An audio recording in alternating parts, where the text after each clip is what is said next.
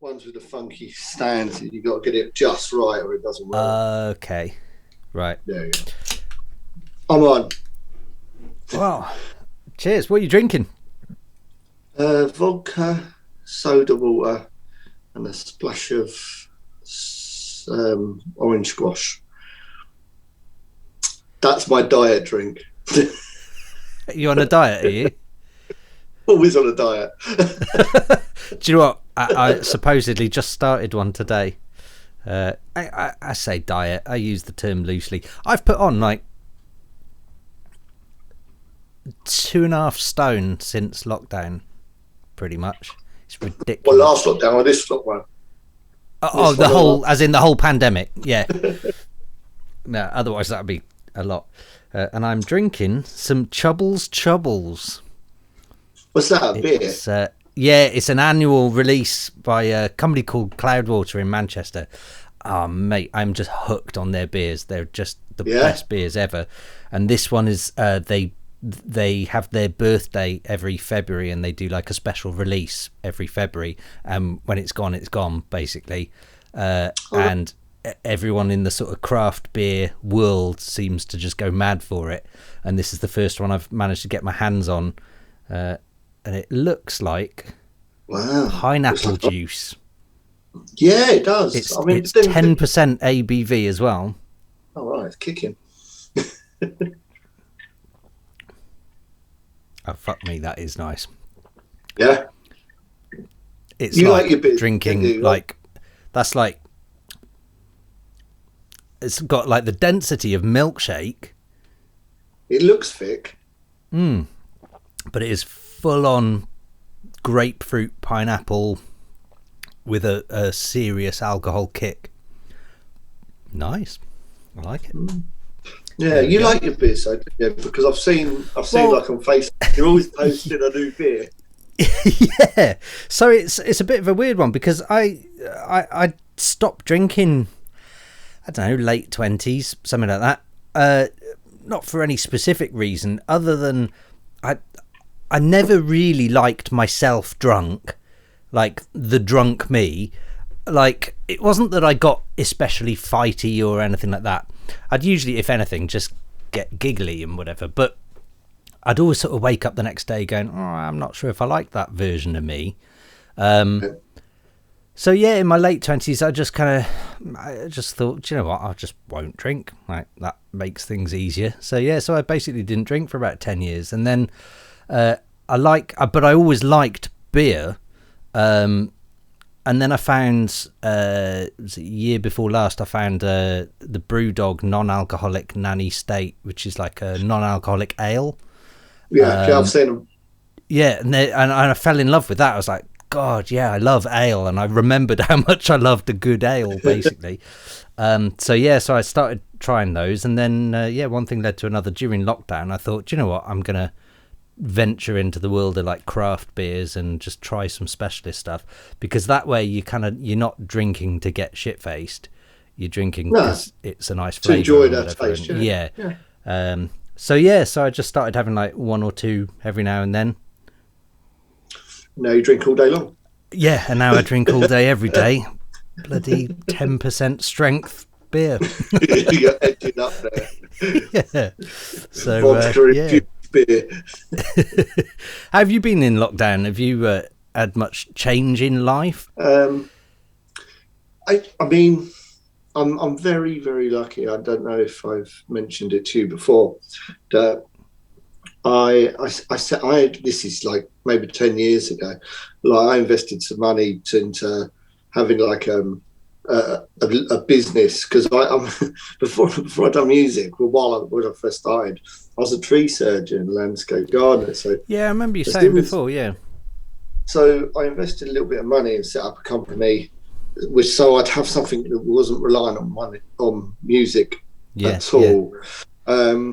So I was very lucky to have another string to my bow when all this happened. Yeah. Because, I mean, so, some years I'd hardly do anything, and just kind of just maintain, the business, because obviously I was DJing and recording and doing all the sort of music production stuff.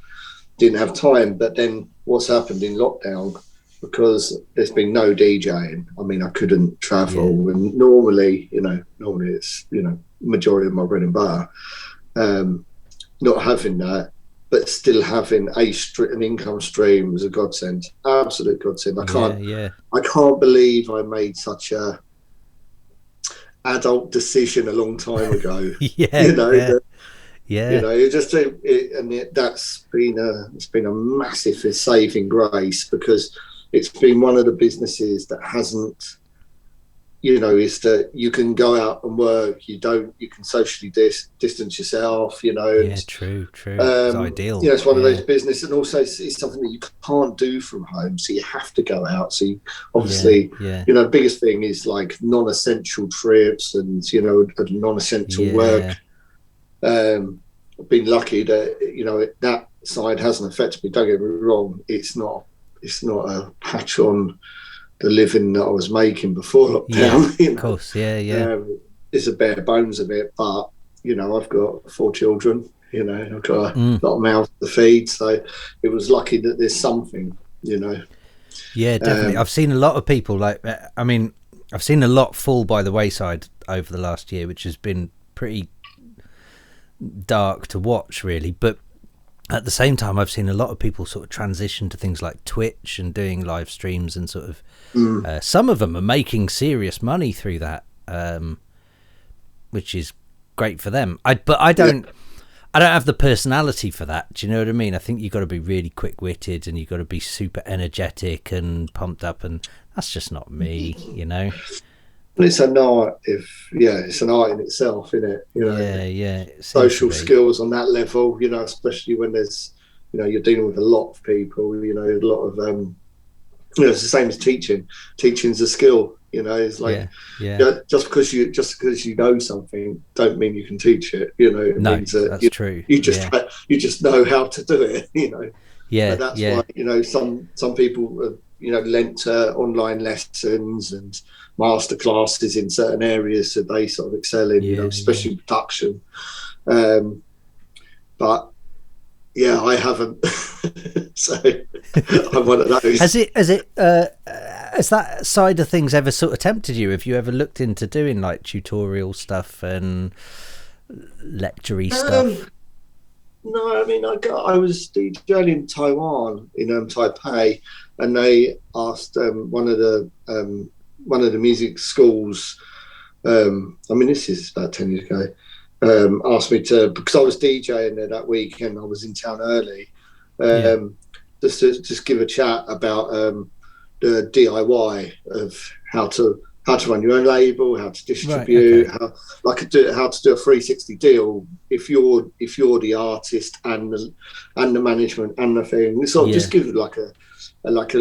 It wasn't really a presentation. It was a Q&A in front of some kids, basically, and it was more sort of like just discussing the pros and cons of, how to generate money yourself by yourself. How to, they just kind of run through like the bullet points of, each element, and and I knew what I was going to do before. They sent me the questions I was going to ask, so I knew I had the answers, and I quite enjoyed that, but because it wasn't specific, it was like, how do you get on in a little bit of all the areas, because obviously you can be a great producer, but you have no idea about distribution networks, exactly, and I think a lot of people, I don't know, I'm kind of torn with all of that, because I think like these days, I've always sort of said to people that it's tricky being, especially in electronic music, for some reason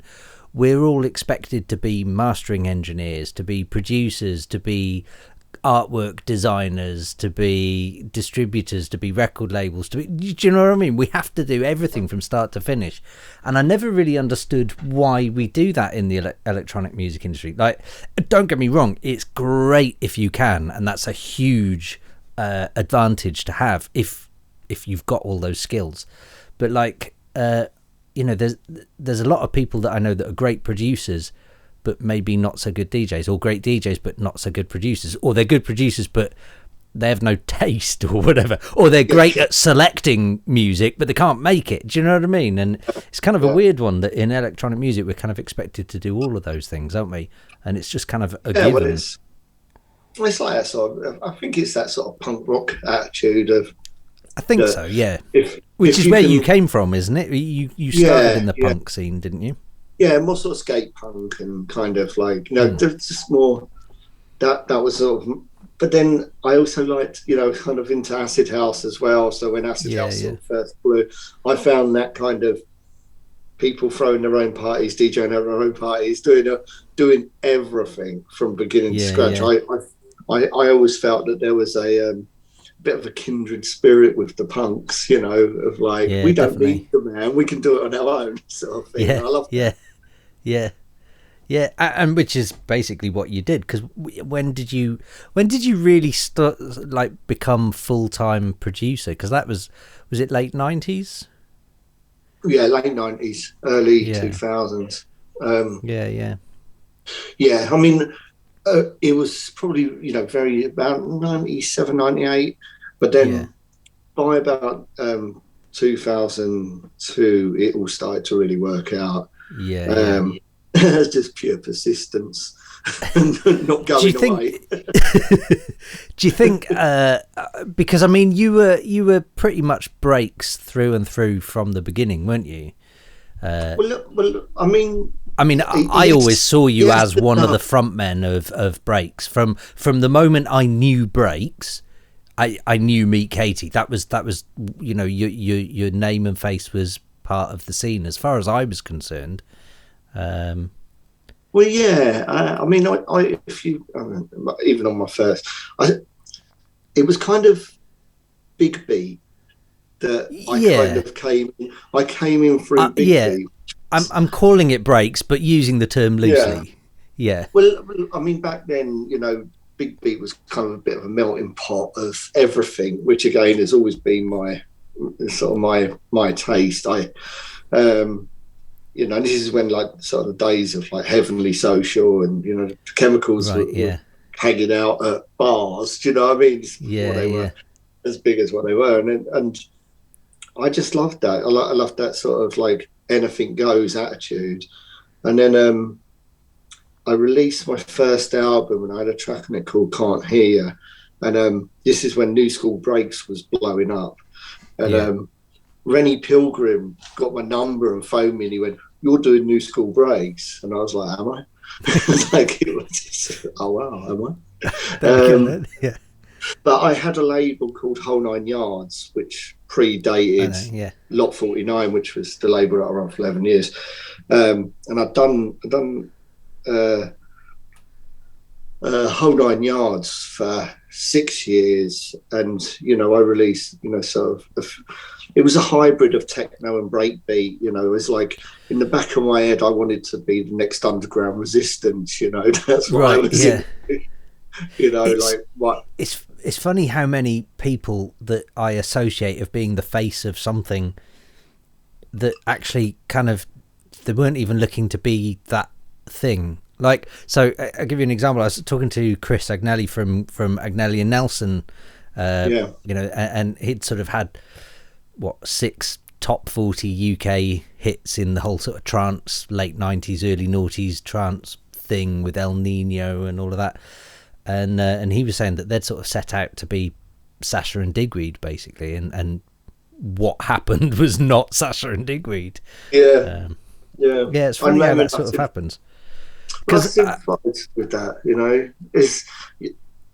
I think you could be more derailed if you feel that that's the plan. I think you have to be flexible and kind of you stumble upon your strengths. I don't think you kind of certainly when I first started making music and releasing music, I just knew that I was enjoying the creative process, and it was like I wasn't trying to make music to fit anywhere. I was making music because I liked making music and I loved being creative. You know, I come from a live background as a bass player, so you know, and I had a big funk collection. So I had loads of breaks, and my mate brought a sampler who then went on to set up Dub Pistols with Barry Ashworth, and we just stumbled upon it. It wasn't like, you know, the first electronic track that I ever wrote, which was me, Derek DeLarge, and Jason O'Brien from, you know, Dub Pistols now. We got signed to Wall of Sound. You know, and at that time they'd only had like 3 records out, so we were kind of caught away from the very beginning, you know, with Ceasefire, which was our three of us in the project, and it all just kind of came together. It was really organic, you know. You know, I went from playing like, you know, tiny little bars in a band, not doing anything, sort of like, you know, but really had my heart and soul in it, and then, you know, to selling, you know, like, you know, over 14,000 records, and getting asked to, you know, play places, and everything sort of came together. So it was, you know, I didn't realise that collecting old funk records, because of the old school like hip hop samples that I was looking for, and being a bass player would lead me on to that. I had no idea. You know, and then fast forward, you know, however many years, you know, it's you know, I don't think my attitude's changed. I still just when I open up a project and I just start writing music, I don't sit there and go, today I'm going to write a breakbeat track. I don't think that. That's not the way I work, you know. Yeah, it's interesting because I think I almost ignored my strengths for a long time, I think, and I tried forcing certain avenues. And I think anyone who sort of followed my musical output over the last however many 20 years or whatever, I think it's quite clear to see that there are certain areas where I've really sort of pushed to, I want to do this, and it's just not worked because it's just come out forced, you know. And you can see I've sort of U-turned so many times. And it's really only the last couple of years where I've started to sort of fall back on where I first began and gone, oh yeah, this is where I'm at, you know, which is kind of breaksy influenced progressive house, I guess, whatever you want to call it. It's breakbeat influenced progressive. But that's kind of, and it's interesting you say that you weren't sort of necessarily doing that, and that someone told you, was it Rennie Pilgrim you said basically you're doing new school breaks, and because that was kind of similar to the beginning of my career. I'd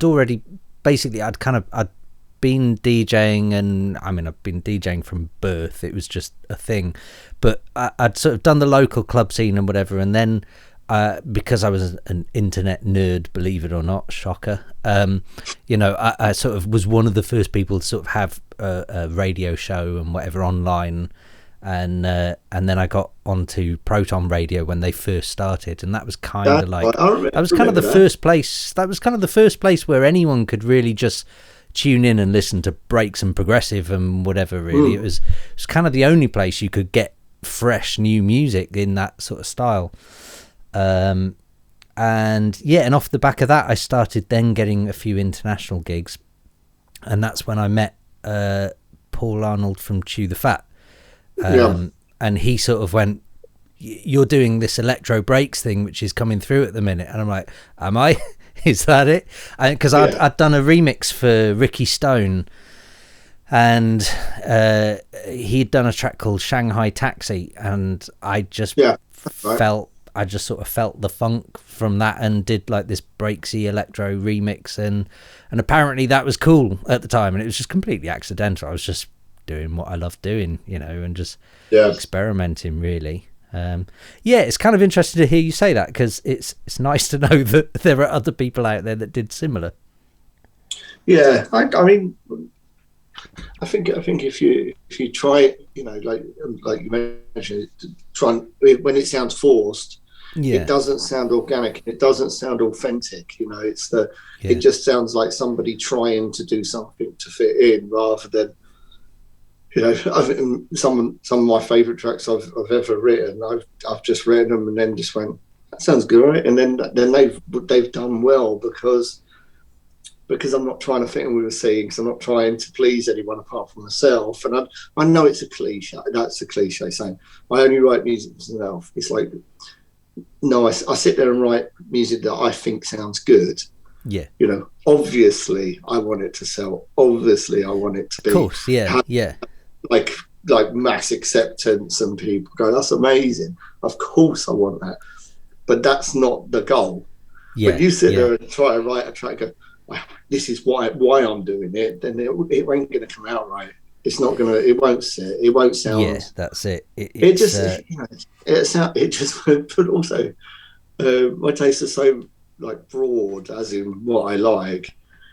I wouldn't even know where to begin if someone said, right, now write a pop song. I wouldn't know how to do it because my head's not in it, you know? Yeah. Well, funnily enough, I've and I guess because my career over time has sort of veered more into like TV film type sync work as well. So weirdly, I really like getting a brief that's really specific that says, I want you to write pop that sounds like such and such, that does this, that and the other. I really like that sort of instruction manual of this is what I want the end result. And I'm fine with doing that for someone else. But I for some reason I can't do it for myself. Yeah. And I'm fine with doing it for someone else. I guess because they're footing the bill. Maybe it's that. And I'm just going, well, I take my creative hat off and put on my slave hat and just do whatever they tell me to do. Do you know what I mean? Well, it's a job. I mean, it's a job. It's you know, you don't turn up and, you know, another job and go, but I want to do it my way. Like you just turn up and you do what you're told. Well, you could try. Yeah. So I feel like, because did you used to play Chew the Fat? Yeah. And when it was the Bug Bar, right? When it first, but I actually played there. I think it used to be called the Crypt before it was called the Bug Bar, underneath Mass. Okay. And I know you moved to the end. I think I played one or two shows at the end, but I used to play it when it was like a Friday night hangout. Yeah. I mean that's a long time ago. Yeah. They used to do these like Fridays at the Bug Bar, and it was more like a when I say a hangout, it was like a few pounds to get in. It wasn't much. Yeah. And I'll tell you a funny story about Paul Arnold. There are lots. He used to get everyone to play for like really cheap. And I remember playing for him and he was giving me £50. This is like, so it was quite a while ago. And he said to me, after I finished playing, he went, because I think his thing was he'd get DJs to play who would bring a lot of people like on the guest list. Yeah. You know what I mean? So he'd get someone paying like 50 quid, but they would bring like 100 mates all paying a £5. You know what I mean? That sounds like him. I mean, at this time, I think I might have had my daughter. So I was only going out. We had a young child, so you know, I wasn't out socialising with friends, rallying around to get everyone to go to a club. So I remember playing after the gig. He had the £50, and he went, "How much do you really think you're worth?" I just said, 200. And he went, "Well, no, you should be lucky to gig because you didn't bring a lot of like your mates down with that." I was like, "What DJ, mate?" I mean, I'm friends with Paul. I know Paul. I remember when he was saying that. How much do you think you're worth? And I was like, well, to you, obviously less than £50. Yeah. There was a kind of a phase. So I mean, I rarely DJ now. Like I do a couple of regular annual gigs, and that's about it, really. And I guess one of the reasons I kind of cut down on gigs was there was a period. It must have been about 2010-ish, where all of a sudden it seemed like every promoter was basically saying, "Yeah, we'll pay you X on condition that you bring in Y amount of people or sell a certain amount of tickets or whatever." And that really put me off then, because I was just like, well, do you know what? Fuck DJing. I'm not like, you're the promoter, promote the event, and you're supposed to book the talent that is appropriate for your event. Do you know what I mean? And I never understood. I was saying in one of the other podcasts the other day that there was a moment, I think it was about 2011-ish, where I'd been like provisionally booked to play a festival, and the promoter we were having back and forths and whatever, and everything was great, and I knew him socially as well.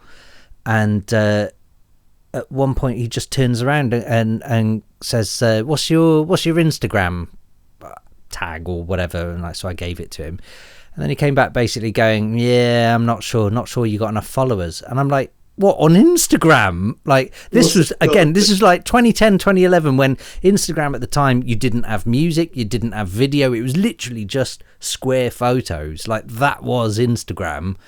And I remember sort of going, well, fuck you then. Like, I don't want your stupid gig. If you're judging me, a DJ / musician, on the photos I take, like, I couldn't get my head around that, you know. No. I remember, and there was a time, wasn't there, where everyone was kind of measuring your worth based on how many likes you had, and your social media presence, like, did that affect you? Are you, because I actually, weirdly, I see you post on your personal Facebook. I'm guessing that's private, is it? No. Oh, okay. Mine is, my private Facebook is private. Like, I only kind of add people who I've met properly or know socially or whatever. Right. So I don't post very much, to be honest. I'm not a very social person. But do you do the social media thing? Because I don't know if I see your posts. Do you know what? I think it's like different, because Don Kane is your name, but also your real name. Yeah. Whereas which is like a blessing and a curse. Yeah. Whereas obviously Meet Kate is my DJ and production name, but my name's Mark Pember. So the people I mean, I get a lot of people that. Do you mind if I just tell my girlfriend to keep it down? I can really no, it's fine. Oh, okay. I can't hear it. I heard what sounded like a female voice at one point briefly, but. Hey guys, I just thought I'd take this moment to let you know that this podcast is powered entirely by Patreon. So if you'd like to support the creation of more episodes like this one, then please head to patreon.com/Dom Kane, where you can access loads of goodies from sample packs to music downloads, and you'll even get exclusive access to episodes of this podcast before anyone else. So head to patreon.com/Dom Kane, and I'll see you there. Now on with the show. Excuse me. Sorry, Tom. That's all right. Yeah. So, do you do the social media much? Is it like, do you fret over it or not? Yeah. I mean, I can only talk on my behalf when it comes to social media. Is that I post up stuff on the Meet Katie platforms. The best one for me is actually the Lowering the Tone, like a Facebook group. Oh, is it? Yeah. You've got a Facebook. Am I in that? I don't think I've seen that. Sure you would be. Yeah, I mean, I should be. Everyone's included. Yeah. Okay, I'm gonna have to look for that, because I haven't seen that. Facebook is this weird thing where it clearly has these algorithms where if you like or comment on someone's status, you see every single one of their posts for the next 20 odd days. And it seems that certain people just disappear on my Facebook, and certain groups as well. They just, like, I just don't see anything from them. And I've got family members where, like, I'll speak to them on the phone or whatever, and they're like, "Do you see such and such post?" And like I say, my private Facebook is pretty private. And I'm like, no, I haven't seen a post of yours in like a year. And I'll go and look at their Facebook profile, and there's been all these posts that Facebook hasn't shown me. And yet every time I load Facebook, I see the same fucking 10 people over and over again. It's so frustrating. Yeah.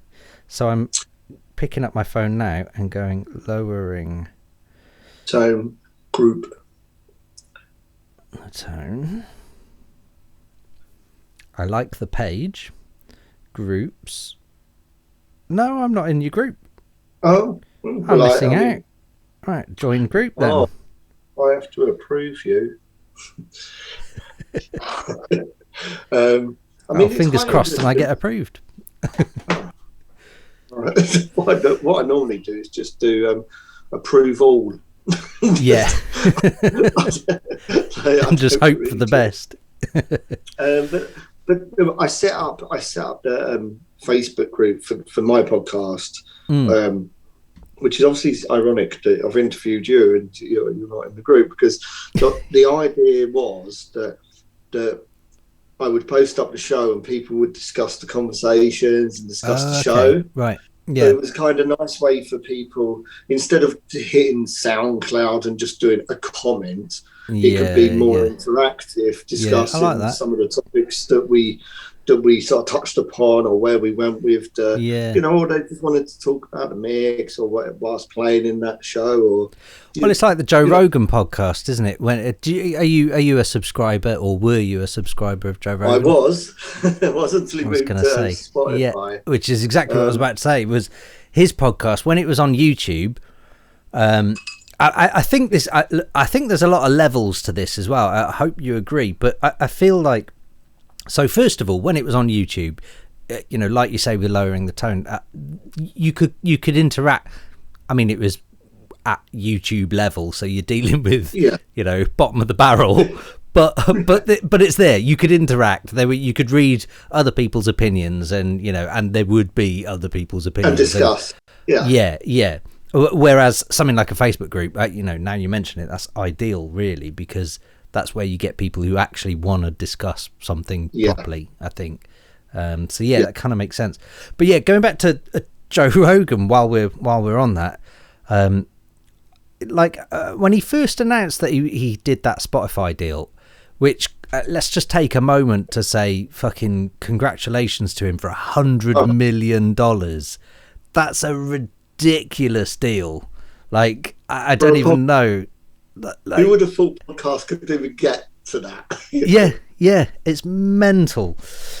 But when he announced it on Spotify, and I'd sort of read already that Spotify were sort of looking to invest in the podcast side of things, and it kind of made sense, And I just remember I kept thinking, well, first of all, how are they going to integrate video? That doesn't add up. Like, it doesn't make sense in the Spotify app. Second of all, the way the sort of the user interface of Spotify is set up, it doesn't really gel very well with podcasts. Like, you can follow a show, but you don't get any notifications, you don't get any updates, you don't, like, I couldn't tell you if Joe Rogan's uploaded an episode today. Who knows? I have to physically go and check. Whereas with YouTube, it will tell me if someone's uploaded an episode. There are certain people I subscribe to on YouTube that I want notifications for, so I can click that bell and I get notifications when they upload a new episode. It all makes sense, and there's that, like you say, there's that interaction as well with the comments and everything like that. Yeah. And so I felt like a move to Spotify was a bit of an odd one anyway. But then adding the layer into that is, I feel like all the guests he's had in the last 12 months have been shit. Until like literally the last week, where he had Cody Garbrandt, Francis Ngannou, some of the UFC guys. Like, but between that and this time last year, there's just been dickhead right wing comedians, isn't it? Like, yeah, I mean, it's just been terrible. I can't tell you, because I've not watched it since it moved. Have you not watched it at all? Right. Not one episode. Why is that? Is that because you are anti-Spotify, or just you haven't got round to it, or what? No, because I used to download the shows onto my app, the podcast app. So I used to listen to as audio on my for the podcasts. Yeah. So I was. Can you not do that on Spotify? I don't know. I don't have Spotify app. Oh, do you not? Okay. No, you should. Do you know what? I love Spotify. I know everyone slags Spotify off, all the musicians and everything, but the truth is, from my perspective, and I get that mine will probably be a bit different to other people's, but when it comes to Beatport or SoundCloud or any of the online stores or streaming platforms, you name it, I could not tell you a single royalty statement, whether it be master side from label or publishing side from PRS. There is not a single statement I have ever received in my life where I've noticed the word Beatport or iTunes, or like, it's just, it may as well not be there. Like Beatport in the early days, okay, that was different, like we made real money then, but in the last 10 years, fuck all. But Spotify has probably paid for half the equipment in this room. Right. So as much as people say, oh, Spotify only pay 0.00 whatever it is, crap all, and don't get me wrong, they're right to bemoan that, and it is a shit figure. I'm not I'm no champion of Spotify, but what I will say about Spotify in their defense is they are the only ones that I've ever seen significant money from in a royalty statement. Right. So do you use a third party distributor, or do you distribute yourself? Well, it's all third party because all my releases, bar my album last year, which is on my own new label, which I'm yet to see much from, for the last 6 or 7 years, everything I've done has been through Mousetrap. So yeah, so it's all right. I guess. So this is where I hold my hands up and say it's slightly different from me, and I get that because I'm already at an advantage just being signed to them, because they're the kind of label where Spotify will go, ooh, we'll playlist that, and but the thing is though is getting playlisted on Spotify is not impossible, especially now they've got their own submission process. And when you do get playlisted, so I'll give you an example. One of my early Mousetrap tracks went on a playlist. I think it was called Brain Food, something like that. It wasn't a huge playlist. It's not one that people would know outside of Spotify. And I think I got about 1.5 million plays off the back of that, just being on that one playlist. And, that's a fucking huge number, isn't it? And that works out, it like, in real world terms, in my royalty statements, I'm quite open about all of these sorts of things in life. That works out about £1,000, 1,500 quid, something like that, which is not bad considering, distributors had their cut, publishers had their cut, Mousetrap have had their cut, Spotify have had their cut, and I'm still getting £1,000, 1,500 quid. It's not bad. It's not bad. Well, as my grandmother would say, it's better than a kick in the cunt. Exactly. I like your grandmother.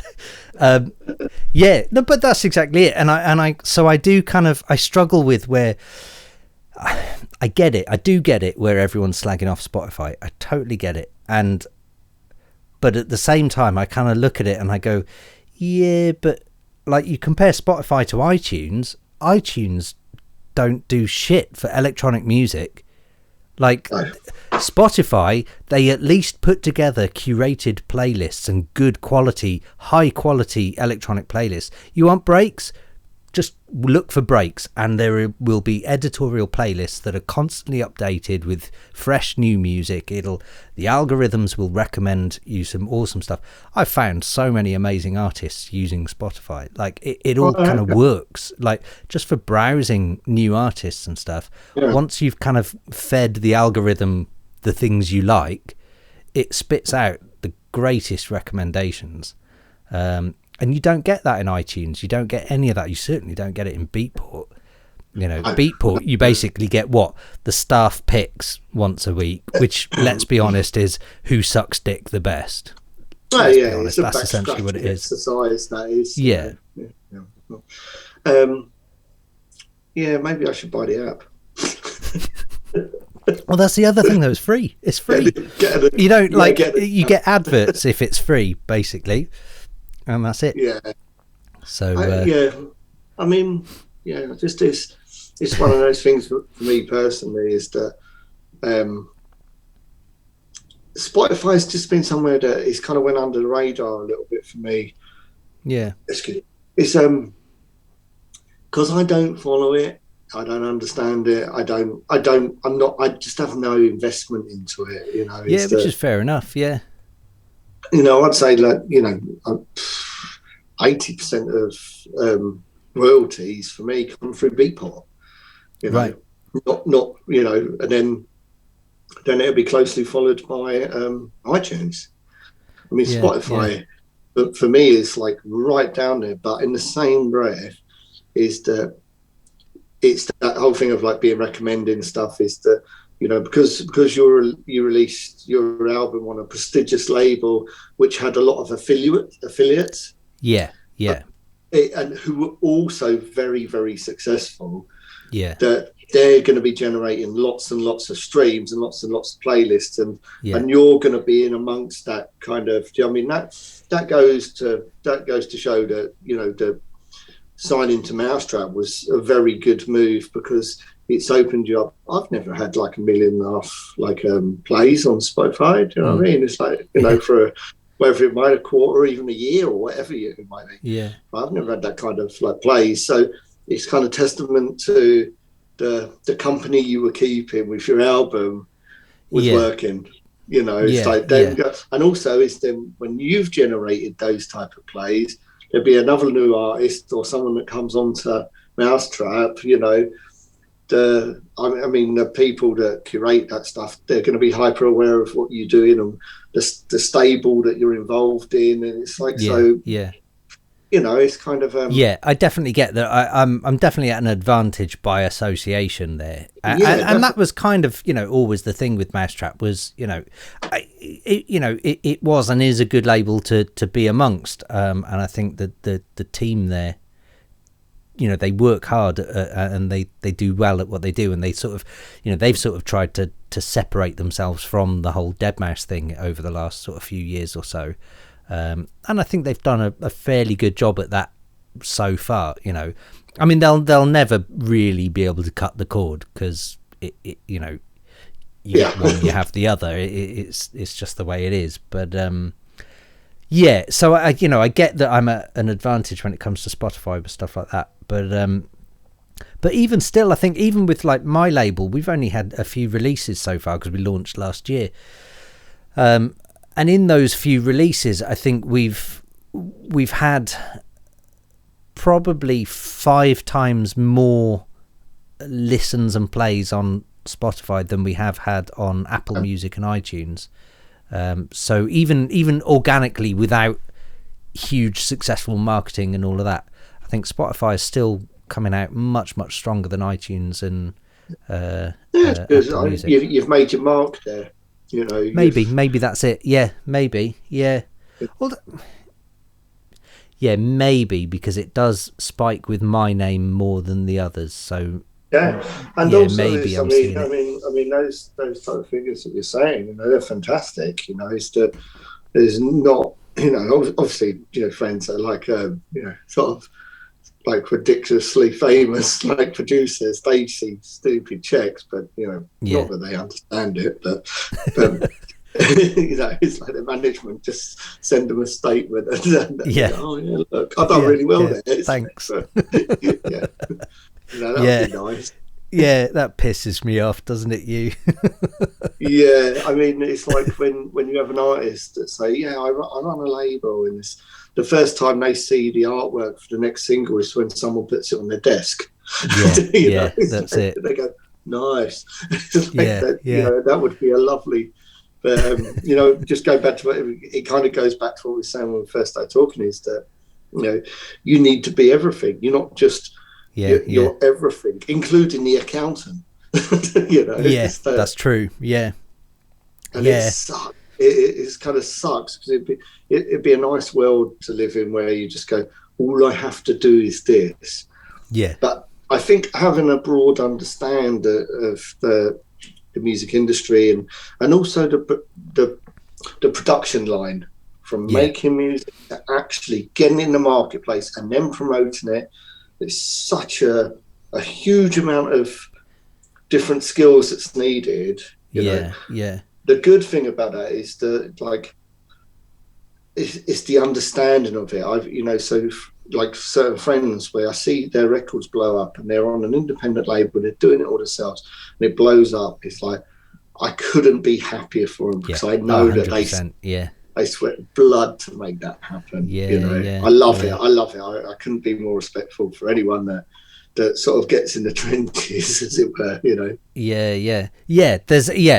As much as I say it pisses me off seeing these guys get loads of money, if it's a mate of mine who I know has worked really fucking hard for that, or just worked for it, do you know what I mean? Like, you don't have to work that hard, but just, there are lots of people out there who just don't work at all for stuff, and they just seem to get money rolling in, and those are the people that piss me off. Clearly, people who do work for the money I have a lot of respect for, and there's a lot of those out there. It's I don't know. So going back to the Joe Rogan podcast, I like, in the last 12 months he just doesn't seem to have had any decent guests on, and I don't know if that's because he's moved to Texas or if it's because of the pandemic, and both of those things have happened at the same time, plus the move to Spotify.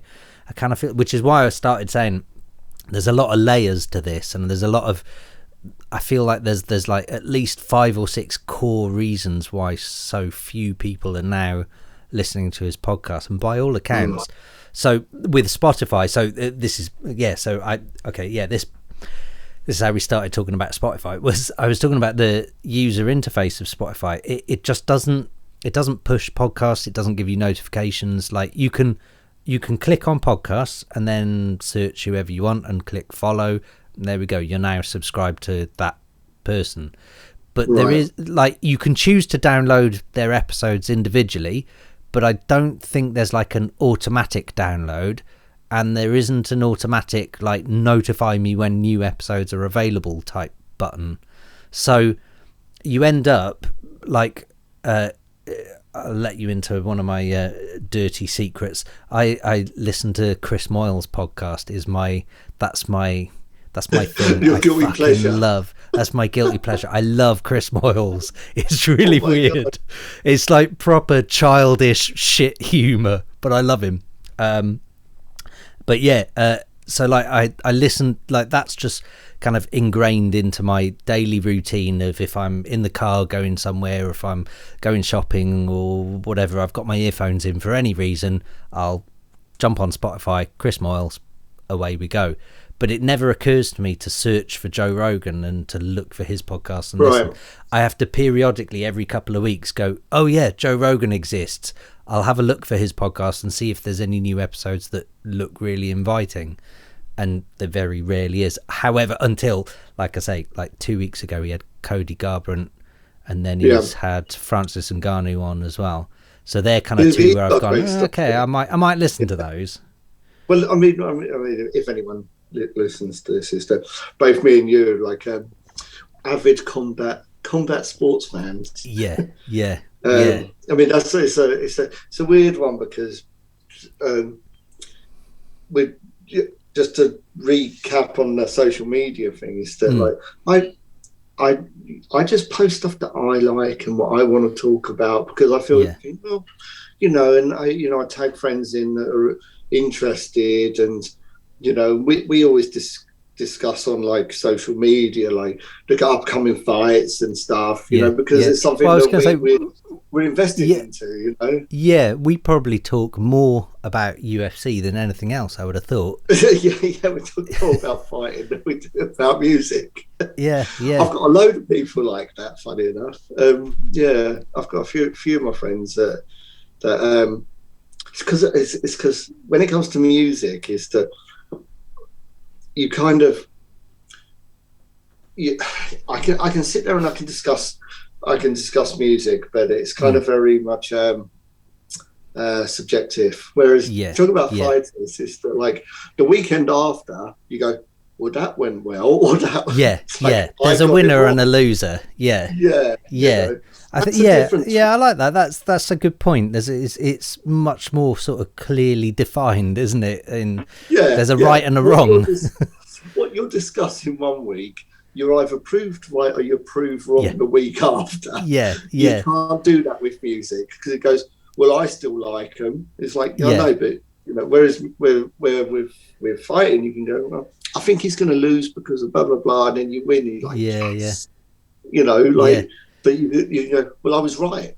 I was right and you were wrong. You can't turn around. We've been so lucky as well. I think this is worth pointing out, that we've been so lucky with the pandemic where, man, if I was into football, which I'm definitely not, like, I'd be pulling my hair out because there weren't any football matches for I don't know how long. And that must have been a nightmare for all the people. Like my wife's dad, so my father-in-law, he's football mad. That's all he has on all day, every day is Sky Sports, basically. And he's 75 years old, and his entire day of retirement revolves around wake up, watch a game, go to the pub, watch a game, come home, watch a game, go to bed. And that's kind of his day.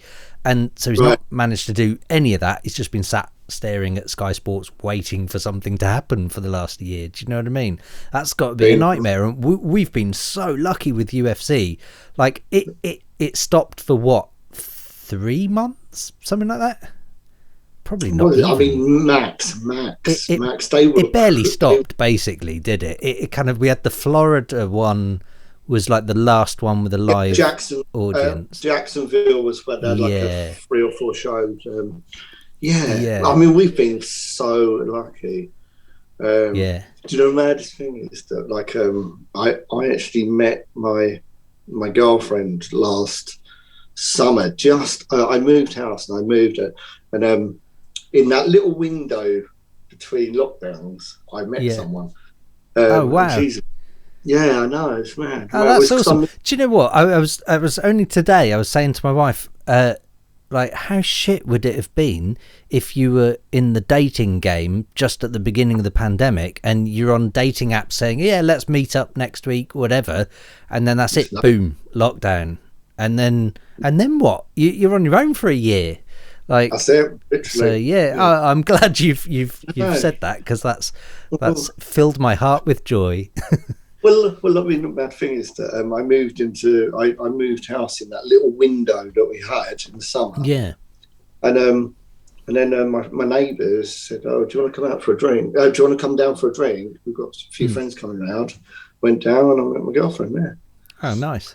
She's a friend of my neighbours. And that was and she's a really good example, because the UFC was one of the only sports still running. Yeah, she's bang into it. She really loves it now. Like, awesome, because now she knows the character. Now she can see who's fighting. I mean, the other weekend she got 8 out of 8 fights right. I was thinking, God, I'm putting an accumulator on this. Because you always sort of tag me in those, and I quite often sort of look at them and I'm like, do you know what? It's kind of a weird one for me, because a lot of the time, I think I'm rarely emotionally invested in a fighter. Like, it's weird that, like, I'm sort of 50-50 on most fighters, but there's always one. There's always one in every lineup. There's always one fighter where I'm like, I want that person to win, or I want that person to lose. If it's like Colby Covington or something, like, I want him to lose. I don't care who he's playing, who he's fighting. I want him to lose. Do you know what I mean? Well, you tune in to hope he loses. Yeah. But then when he wins, you go like, I hate it that you're really good. Yeah. Although luckily he's lost the last couple, hasn't he? So I'm quite pleased with that. Although he did, who did he beat? Well, I mean, he beat someone last year, didn't he? What's his name? With the rib. I can't Woodley. remember who it was. Tyron Woodley. Oh, that was it. Yeah, it was Tyron Woodley. Yeah. Yeah, they had to stop it, which was very weird. Seeing Woodley that was a really weird fight. That was. He was such a dominant champion. Similar to O'Malley as well. Yeah. Did you watch that fight when he was the Tito Vera fight? Yeah. Was it Tito Vera? Yeah, it was Tito Vera from. He's from like is it from like Paraguay or Venezuela or somewhere? South America somewhere, yeah. Yeah, but I mean, I loved his story that like he came over and he was fighting. He saved enough money through like regional fights to bring his 3 children, and he's still young. Bring his 3 children, his family over. And O'Malley's just like, he's sort of famous for. Obviously, he's a really good fighter, but he's sort of famous for like, I'm a stoner, you know. And it's like, whatever. It's like, I mean, maybe 15 years ago that would have been an interesting thing, but most people, you know, that fight, that wear tie-dye stuff, you can guess they're stoners. That's not an angle. Yeah, you know what I mean? Yeah. He's got a big mop of hair. I wanted Chito Vera to win, so I was like very, very happy. Oh, did you? Okay, I was just weirded out. I wasn't emotionally invested in either of them, but I kind of assumed that O'Malley was going to win just because there was so much hype around him. And in fairness, you know, he has had some pretty impressive knockouts and whatever. Yeah, the one before was awesome. Yeah, and Wineland. I couldn't tell you. Couldn't tell you. Yeah, I wouldn't know. But I do remember there's been a few knockouts where he's done the whole sort of walk away knockout, and you're just left there going, oh shit, you know. Yeah, so I kind of assumed he was going to win, but he literally, like, I just kept watching that replay of his ankle rolling and just going, damn, those leg kicks. Yeah. Like, leg kicks weren't a thing 3 years ago, let alone 10, 15 years ago. Massive. Yeah, they're just, it's all the rage now, which, you know, it makes sense. If you can buckle a guy from, I mean, literally, 2 leg kicks, and if you get him in the right place, you can just buckle a guy. It's insane. Yeah, I mean, I have to say this about the O'Malley thing is to, like, I mean, I liked him as a character, but I was like, you know, you're gonna grate me after a bit, right? Yeah, I think actually, I have to say this is that when he lost, and then afterwards, he said, well, I didn't really lose. I was like, no, you totally lost. Like, you're a bad loser. You just proved my point of why I have issues with you as a fighter. You did lose. You lost the fight. Yeah. He goes, well, I didn't really. I was like, you did. Like, you lost the fight. You lost. Yeah. But the way that he didn't deal with that loss very well, I was like, nah, because a bit painful to watch. I want to see people like when Wonder Boy lost to Anthony Pettis, and there was a picture of him in the ambulance. Someone had taken a picture of the ambulance when he was taken to hospital, and he went, "I've just woke up. That sucked." Went, I like it. That sucked, and I was like, awesome. He woke up and he's like, oh fuck. It was like, what else are you going to say? Well, that's just it. Got knocked out on national TV. Yeah, that sucked. Who was it? There was someone last week got properly, seriously knocked out and starched for a good few minutes. I can't remember who it was now. I say last week. It's probably about 2-3 weeks ago. The worst one I saw recently was that his fighting name's like the Spider Monkey, right? And he was. See, this is where it doesn't help me that I've got the world's shittest memory, and like I can never remember anyone's name or anything. Terrible thing.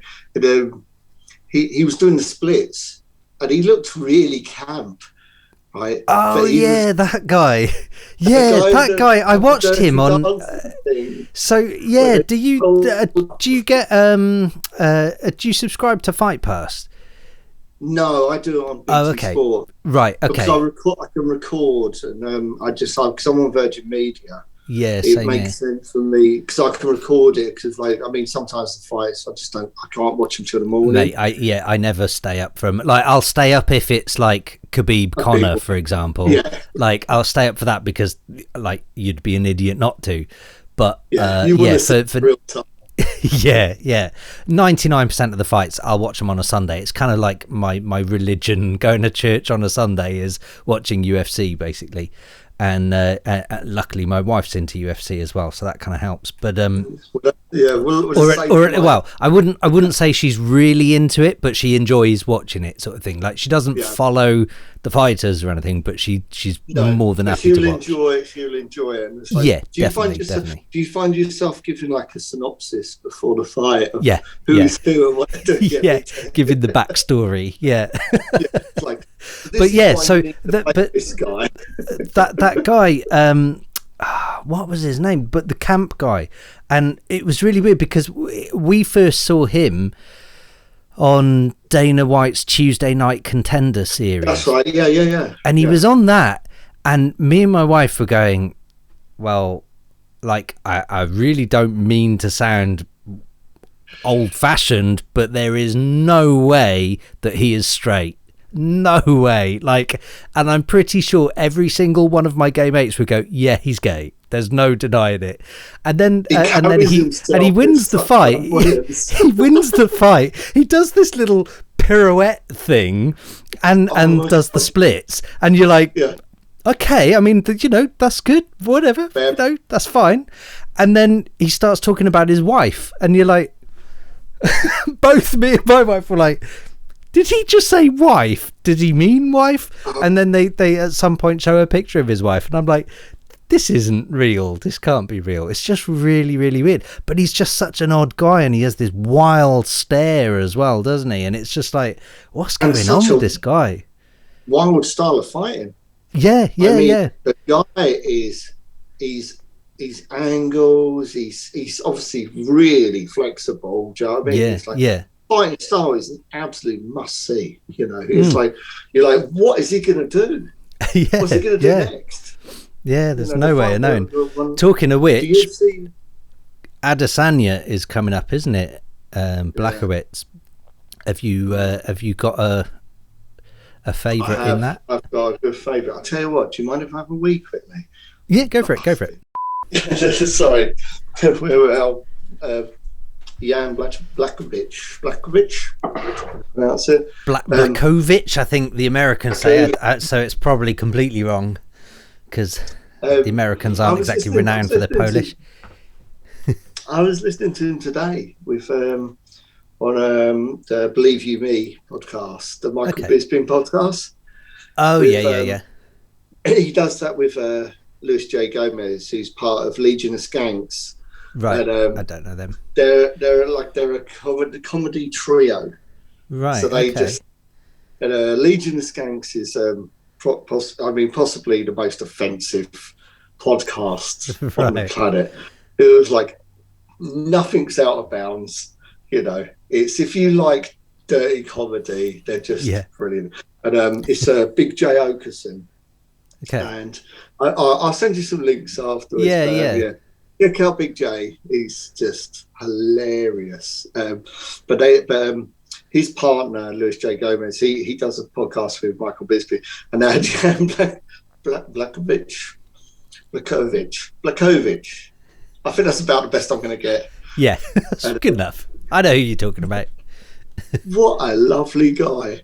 Yeah. And I mean, I love an underdog. I mean, that's just human. For me. Yeah. I always want the one that everyone's rooting against to win.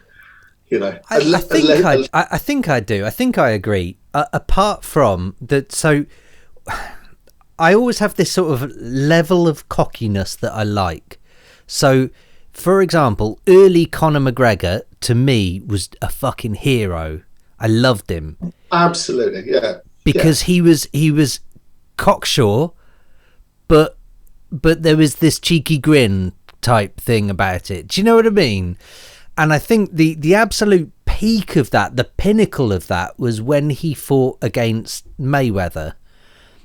And he waltzed in. Was it New York when he was touring? And he waltzed into the New York venue and he said something like "New York is mine" or whatever. And the entire fucking stadium, and the entire stadium just erupts for him. And you're just like, do you know what? Only Conor McGregor can do that, can waltz into a show where he's the underdog and somehow come out king. Like he's just it was magical, I think. But by the time you got to Khabib McGregor, I wanted Khabib to win. Like I was absolutely rooting for Khabib. Because also the way he went into the trash talking, you know, he was talking about his family, he was talking about his religion. Yeah, he was talking it went on a whole other level, and it wasn't, you know, he became dislikable in that promo, in the promotion for that. That's what I thought too, you know. Yeah, and I kind of I like the cockiness, because I think look, at the end of the day, these guys are paid to beat the shit into someone, and not only that, they're paid to beat the shit into the best possible person that they could possibly beat the shit into. Do you know what I mean? Like, so you've got to be cocky. They're athletes, do you know what I mean? So it's competitive, you know. Absolutely. You're not going into this like, oh, I suppose I'll take on one of the greatest fighters in the world. It just, you know, you need to be sure of yourself. So I like the cockiness, but like I say, there's a definite limit, and I think Adesanya, for me, since the very beginning, he's been so cocksure that I've thought, do you know what? I like this guy. I really like this guy, and every fight so far, he's lived up to it, and he's delivered on that. And he's said, and if you watch, I watched a YouTube video the other day. I think it was called Before and After Adesanya or something, and it was basically, it was kind of showing clips of Adesanya talking before the fight and then after the fight, or his opponent talking before the fight and after the fight, and just kind of contrasting the difference between them, basically. But something I noticed, there were like 3 or 4 of his fights, he literally in the press before the fight has basically said exactly what he's going to do in that fight, and he's told them in no uncertain terms, this is how I'm going to win, and then he's gone on to do exactly that and won the fight. And you just think, do you know what, I can't even argue with that. The guy's a living legend so far. It's just ridiculous. He's such a good fighter. I'm going to put money on Jan. I'm going to put money on him. I think he's going to win. Yeah. Mate, I hope you're wrong, because I really like Adesanya. He's an underdog. He for me, it's like, and that's not. It's just I like Adesanya. He's obviously, the skill levels off the chain. It's amazing. Yeah. To watch. I mean, like, apart from the Yoel Romero fight, besides that one, But even then, I think there was technicalities and stuff to it. Yeah, no, he fought the better. He won. But I mean, when he took out Paulo Costa, I mean, that was a clinic. That was a clinic. He made Paulo Costa not look like a fighter. He made him look like a bodybuilder. Yeah, honestly, I going into the Paulo Costa fight, I remember saying to Vicky, my wife, going. And again, like we mentioned earlier on, giving the backstory and the history, and I sort of said about Adesanya and the fact that he's literally a style bender, because he's just this weird guy that just bends out the way of punches and whatever. Skillful, a huge skill. It's probably one of the most underrated skills in the whole of UFC is head movement. But he goes into these fights, and I remember saying to Vicky at the time, like, this is the one fight where I think I'm not 100% sure that Adesanya's got it, because really Costa's got some serious hits behind him, and there's some serious power. And I was like, it really, if Costa clipped Adesanya, he could have him just in that moment alone. So I was like, honestly, I'm kind of 50-50, and I hate to say that, but then the moment the fight started, I was like, fucking hell, there is no limit to Adesanya. Like, what the fuck? He just took the guy to school, you know? Yeah. No, that was a clinic. It was amazing to watch, and a good for him. I mean, I loved that, but him moving up a weight class. Yeah, is the thing I like about Jan is that I like his demeanor. Is that, like, he's quietly confident. He knows, he's knocked out some amazing people, but his thing's grappling. He's like, like the jiu-jitsu, but it doesn't always go to the floor. And I think that I don't think that Adesanya's been hit by like a big light heavyweight. No, he hasn't. He's not. I don't think he's ever felt that power, and I hope he never does. But let's be honest, there's a good chance he will at some stage. Yeah, but then I'm saying that. He definitely can take a punch, because the fight he had with Kelvin Gastelum was like one of the best middleweight fights I've ever seen.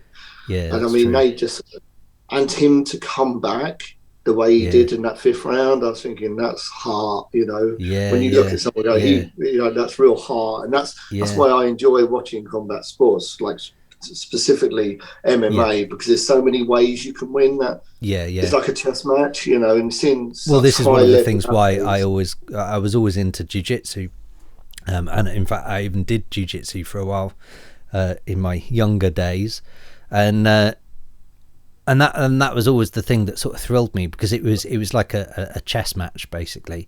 And interesting you say about grappling and whatever, and you don't always get the opportunity to grapple. I feel like that shouldn't be a thing. It's true. What you say is true. You don't always get the opportunity.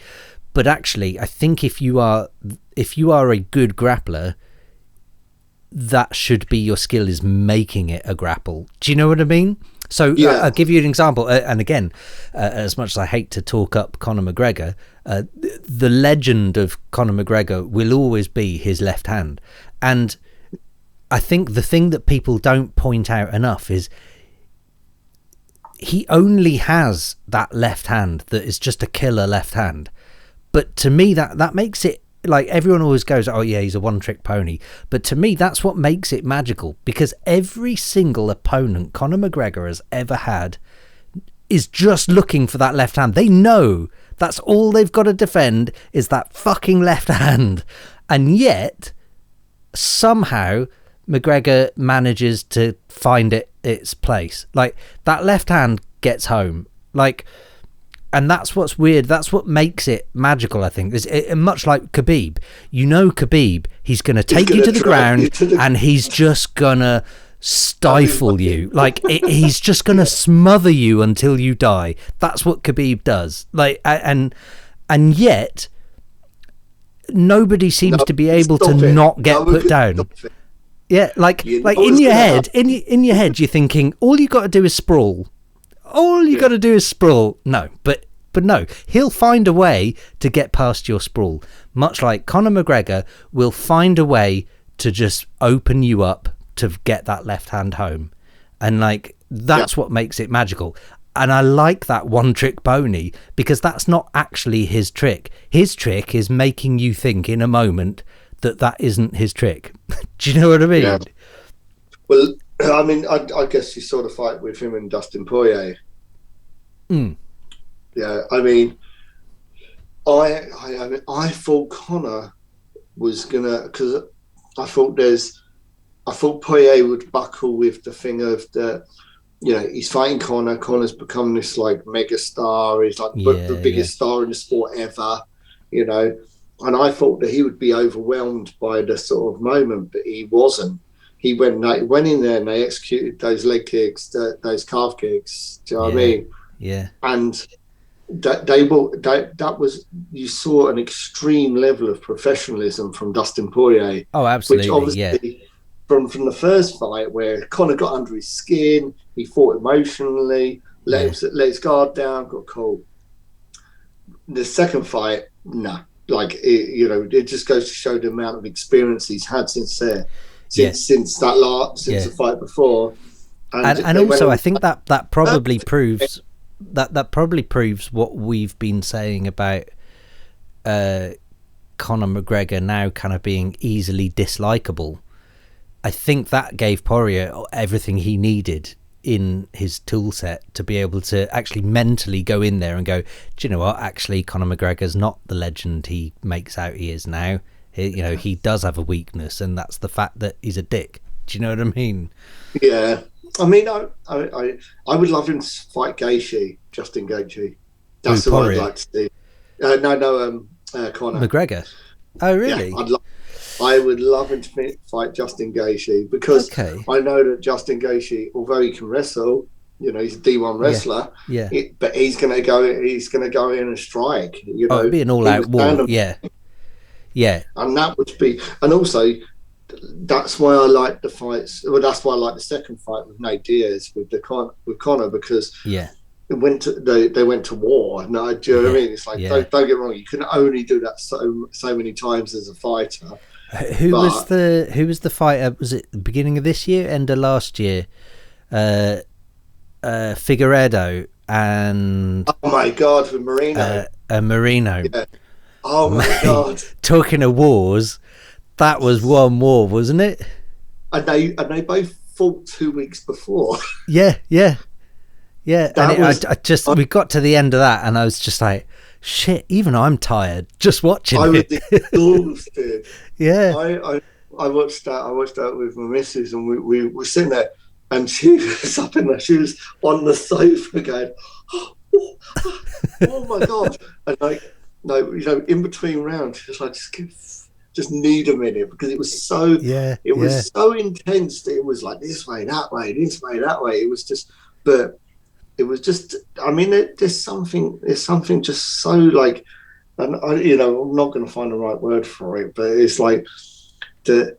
You have so much respect when you see someone losing and their heart takes over, and you see them dig deep. And I think that's like it's almost human nature. You just go like fight or flight, and they're choosing to fight. Do you know what I mean? It's like there's something there's something primal about it. Primal. Yeah, that's exactly what it is. And I think it's an odd one for me as well, because I think I think anyone who knows me will know that I'm very much a pacifist. I'm pretty a chill, laid back kind of guy. I don't do controversy. I don't do drama, whatever. It's just not in my nature, and yet I love fighting.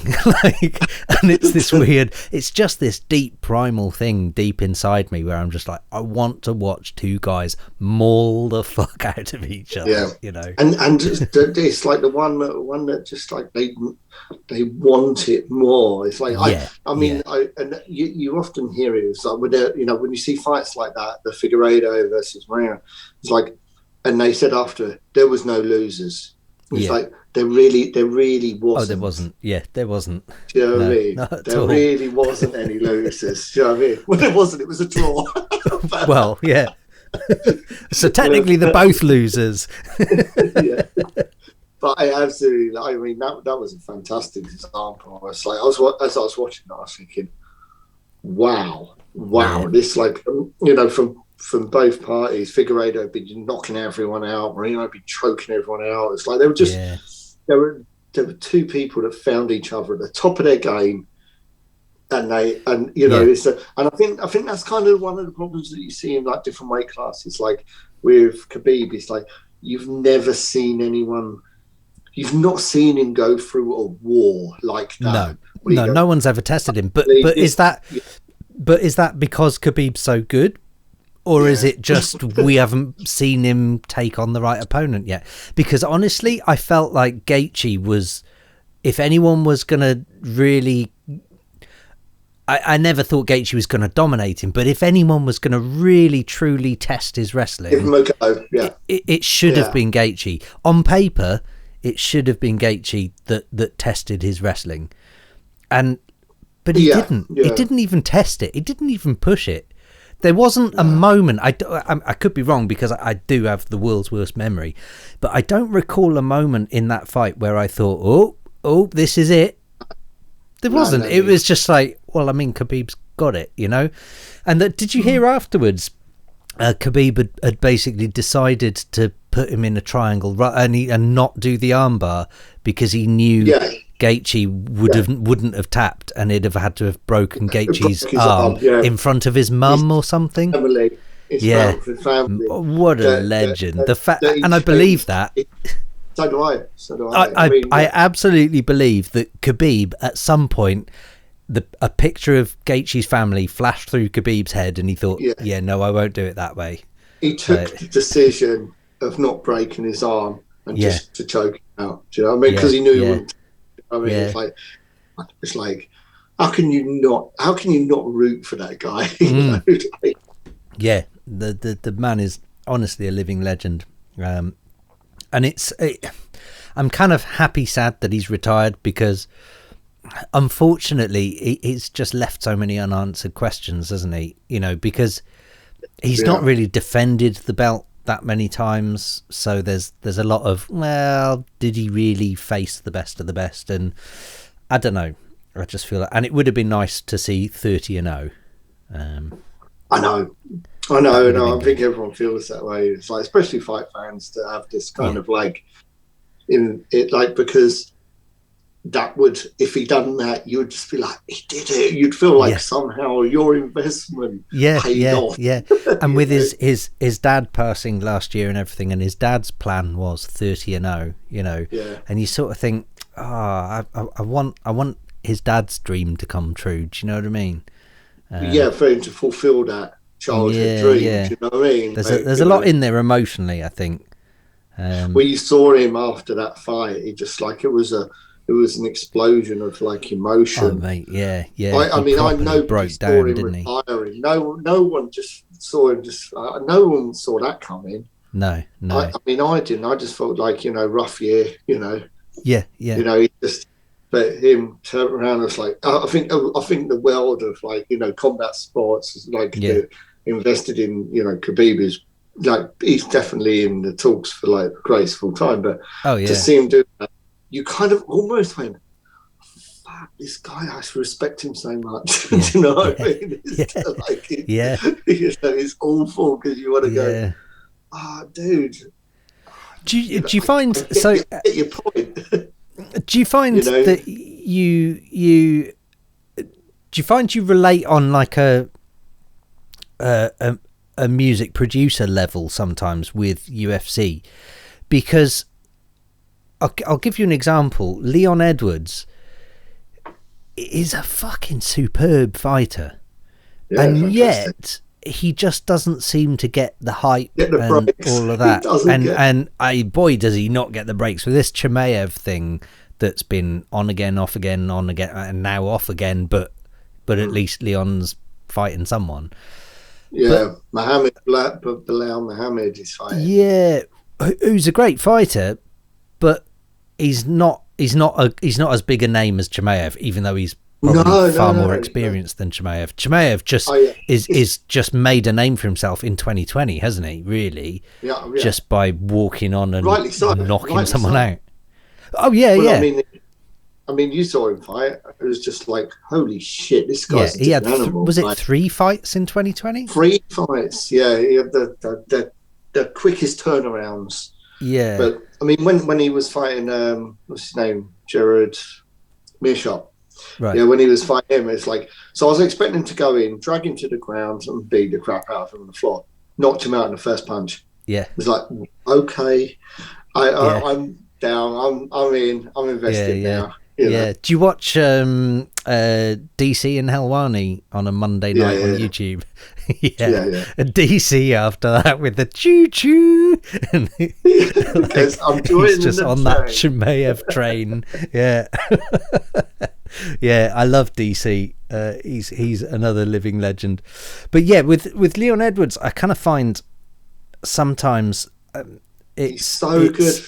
Yeah, I can relate on a music production level where, I was saying earlier on where I've never done the controversy stuff. I don't do beef on Twitter or whatever, and I feel like Leon Edwards suffers from that as well as a UFC fighter. Like, he's never really called people out, and he's like, every fight that he's won, Joe Rogan's gone into the ring or cage and said, who do you want next, and he's always kind of gone, I'll fight whoever wants to fight, and he's never really been like, I want this motherfucker. He's just not cocky. Yeah, he's not, and while I respect that and I like that in a fighter, so almost the opposite of what I was like, if I'm just going to contradict myself for a moment, where I was talking about like the cocksure, cocky fighters like Conor McGregor or Israel Adesanya or whatever. I also have equal amounts, if not more, respect for people like Khabib, who don't call people out and they just say it how it is and they're just chill. So Leon Edwards kind of falls into that bracket for me, but it seems like America just don't care about that. Do you know what I mean? Like the Americans just aren't bothered. It's not just America. I think it's worldwide. I don't think it's just America. I think worldwide. It's hard to get behind fighters that, you know, just you want to relate to people, but in the same breath is that we can all relate to someone that like Leon Edwards or Khabib, where, you know, you're confident in what you're doing and you just want to be respected for what you do. You don't want to be screaming to say, I'm really commendable. Good, you know what I mean? Yeah. So we all relate to the quiet fighters. It's just that, unfortunately, Khabib's the exception, but those quiet fighters don't seem to get the breaks that they deserve. You know, especially. I mean, you say Khabib's the exception. I don't think he would be the exception if it wasn't for his fight with McGregor. To be honest, I think the only reason Khabib is the superstar that he is, which, don't get me wrong, he deserves to be, but I think, let's be honest, if we're real about it, the only reason he is that much of a star now is because he took the fame away from Conor McGregor. I kind of no. I mean, I agree with you, but I kind of disagree. That I think that when Khabib's fame really started to happen was when his the problems with Tony Ferguson, because I think with Khabib, I forgot all about that. I think it's his dance partner. He needs a loudmouth. That's when Khabib's fighting, he's a loudmouth, and he can keep his composure, give his one lines. They're like, you know, with Tony Ferguson, this is number one bullshit. Like, you know, this. It's like the semi-location thing. So I mean, absolutely, the pinnacle of his fame has definitely come through Conor, but I think that where Khabib shines is when he has to fight someone where you go, Khabib, shut him up. And I think that Tony Ferguson, you mentioned him. I feel like that's kind of a sad story, isn't it? It's like, terrible. I'm guessing you're on the same page as me. Are we not witnessing the slow breakdown of a human being here over the last 18 months? Oh, absolutely. I mean, it'd be hard to say that you've not seen his mental health deteriorate in public. It'd be hard to say that. I mean, you see, you know, you follow. Because I remember, like, I feel like only a couple of years ago, Tony Ferguson was the man to beat, and he was he was a great talker, and he was a great fighter, and he did everything right, where to the point where, you know, everyone knew Tony Ferguson and his elbows that would just tear you to shreds. Then I remember thinking, you know, that he's the man to beat, and then all of a sudden, I forget, which press conference was it? He turned up and he was wearing like baseball gloves or something. Just like, and I remember watching that, and I'm fairly sure that definitely wasn't the first interview I'd ever seen with him, but I think it was one of the first pre-fight press conferences I'd seen with him, and I remember sort of turning to Vicky and going, I don't think he's normally like this. Like, that's not. I don't think that's the usual Tony Ferguson we see. And I remember getting really weirded out by that. And then every time I've seen him since then, I'm like, oh, this. I don't want to watch this anymore. Do you know what I mean? Yeah. And I'm fairly sure he's lost every fight since as well, hasn't he? He did. I mean, the last one was heartbreaking, seeing him to lose to, what's his name? Charles Oliveira. But he lost on the floor. He lost on the. Dude, he lost the Charles Oliveira would give me PTSD. Jesus, that armbar. Was you going, He's going to tap. He's going to tap. He's going to tap. Yeah. He's going to tap. It's a tap or snap, and you're waiting for his arm to go click. You saw the clock counting down to the end of the round. You go, he's going to make it. He's actually going to make it. Yeah, I saw that as well. Yeah, because a mate of mine down the road who's doing jiu-jitsu now sent me a screenshot of that armbar, going, "This doesn't look healthy." And oddly enough, I was literally just starting to watch the fight then. I was like, mate, you've just ruined the fight for me, thinking that was the end of the fight. And then it got to the armbar, and I'm like, what's he doing? Why won't he tap? He must have bendy arms or what. Yeah. Mate, I need to go to the toilet again. I'm really sorry. Go on, crack on. Give me one moment. Yeah, but yeah, sorry, just to recap. Sorry about that. Yeah, I mean, like the actually to backtrack to where we were talking about like social media is that if you go to like my own page, I remember is that the way I feel about it is like when I post up on me, Katie, I talk about music and stuff like that. Yeah. Most people that like my stuff as me, Katie, they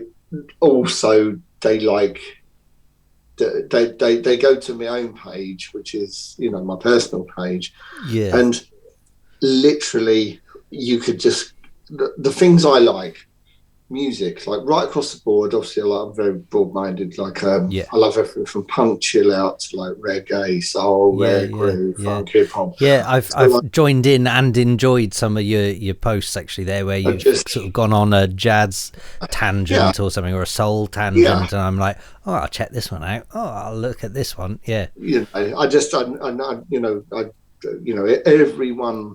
everyone who writes music and puts music together is that they all feel they have broad taste. Yeah. They don't. No. They don't have broad taste.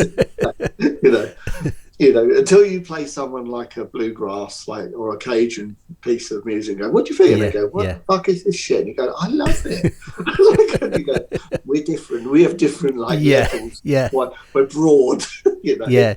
It's weird because on that note, actually, I was talking to someone the other day, and they were so right. There's two angles to this. First of all, I think I have to say, especially for anyone watching, but I think I might have told you when I was doing your podcast, there was a period, 2015-ish, something like that, where I basically just switched off to the industry, and I switched off to everything around me and just stopped following. Yeah, and that kind of became my comfort blanket, and that's where I found myself and found what I now consider my sound. That sounds horrible saying that, but I can't think of any other way of expressing it.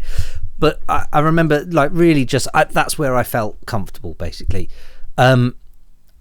And honestly, since then, I've really not ventured back into the electronic music scene to a point where I don't know who's cool right now. I don't know who's rising up and who's falling down. I don't tend to follow these things until I'm starting this podcast alongside another podcast that's soon to come, and anyone watching this, it's probably already started, where it's going to be a bit more topical. So I've now started following kind of music industry stuff again, and I'm like, is this really what I want to be doing? But it's interesting because those posts of yours where you've gone on a tangent where it's been something about some soul or some jazz, or someone's mentioned some deep prog rock or something, those are the things that actually appeal to me and relate more than anything else, because honestly, I really don't listen to much. Certainly dance music, I just don't bother. I don't listen to it. And I had a conversation the other day, bringing it back, where it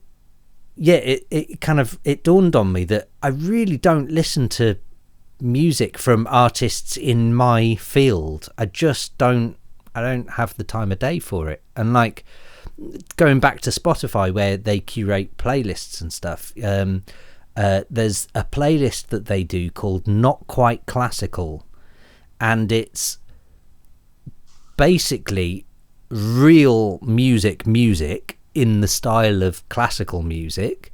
It's what should be or could be orchestral pieces, but mostly electronic and synthesizer stuff, but with like real deep harmonics and counterpoints and counter melodies and retrogrades and like actual music theory music. And like, I can't help but keep listening to that, just going, holy fuck, this is incredible. Like, these musicians out there that I've never heard of. I stumbled across one recently. People may laugh at me because he might be super famous for all I know, but there was a guy called Thomas Fernan who I found last year, who did an album called A, as in the letter A, and the title track A from his album A is just one of the most profound pieces of music I've found in I don't know how long. Really?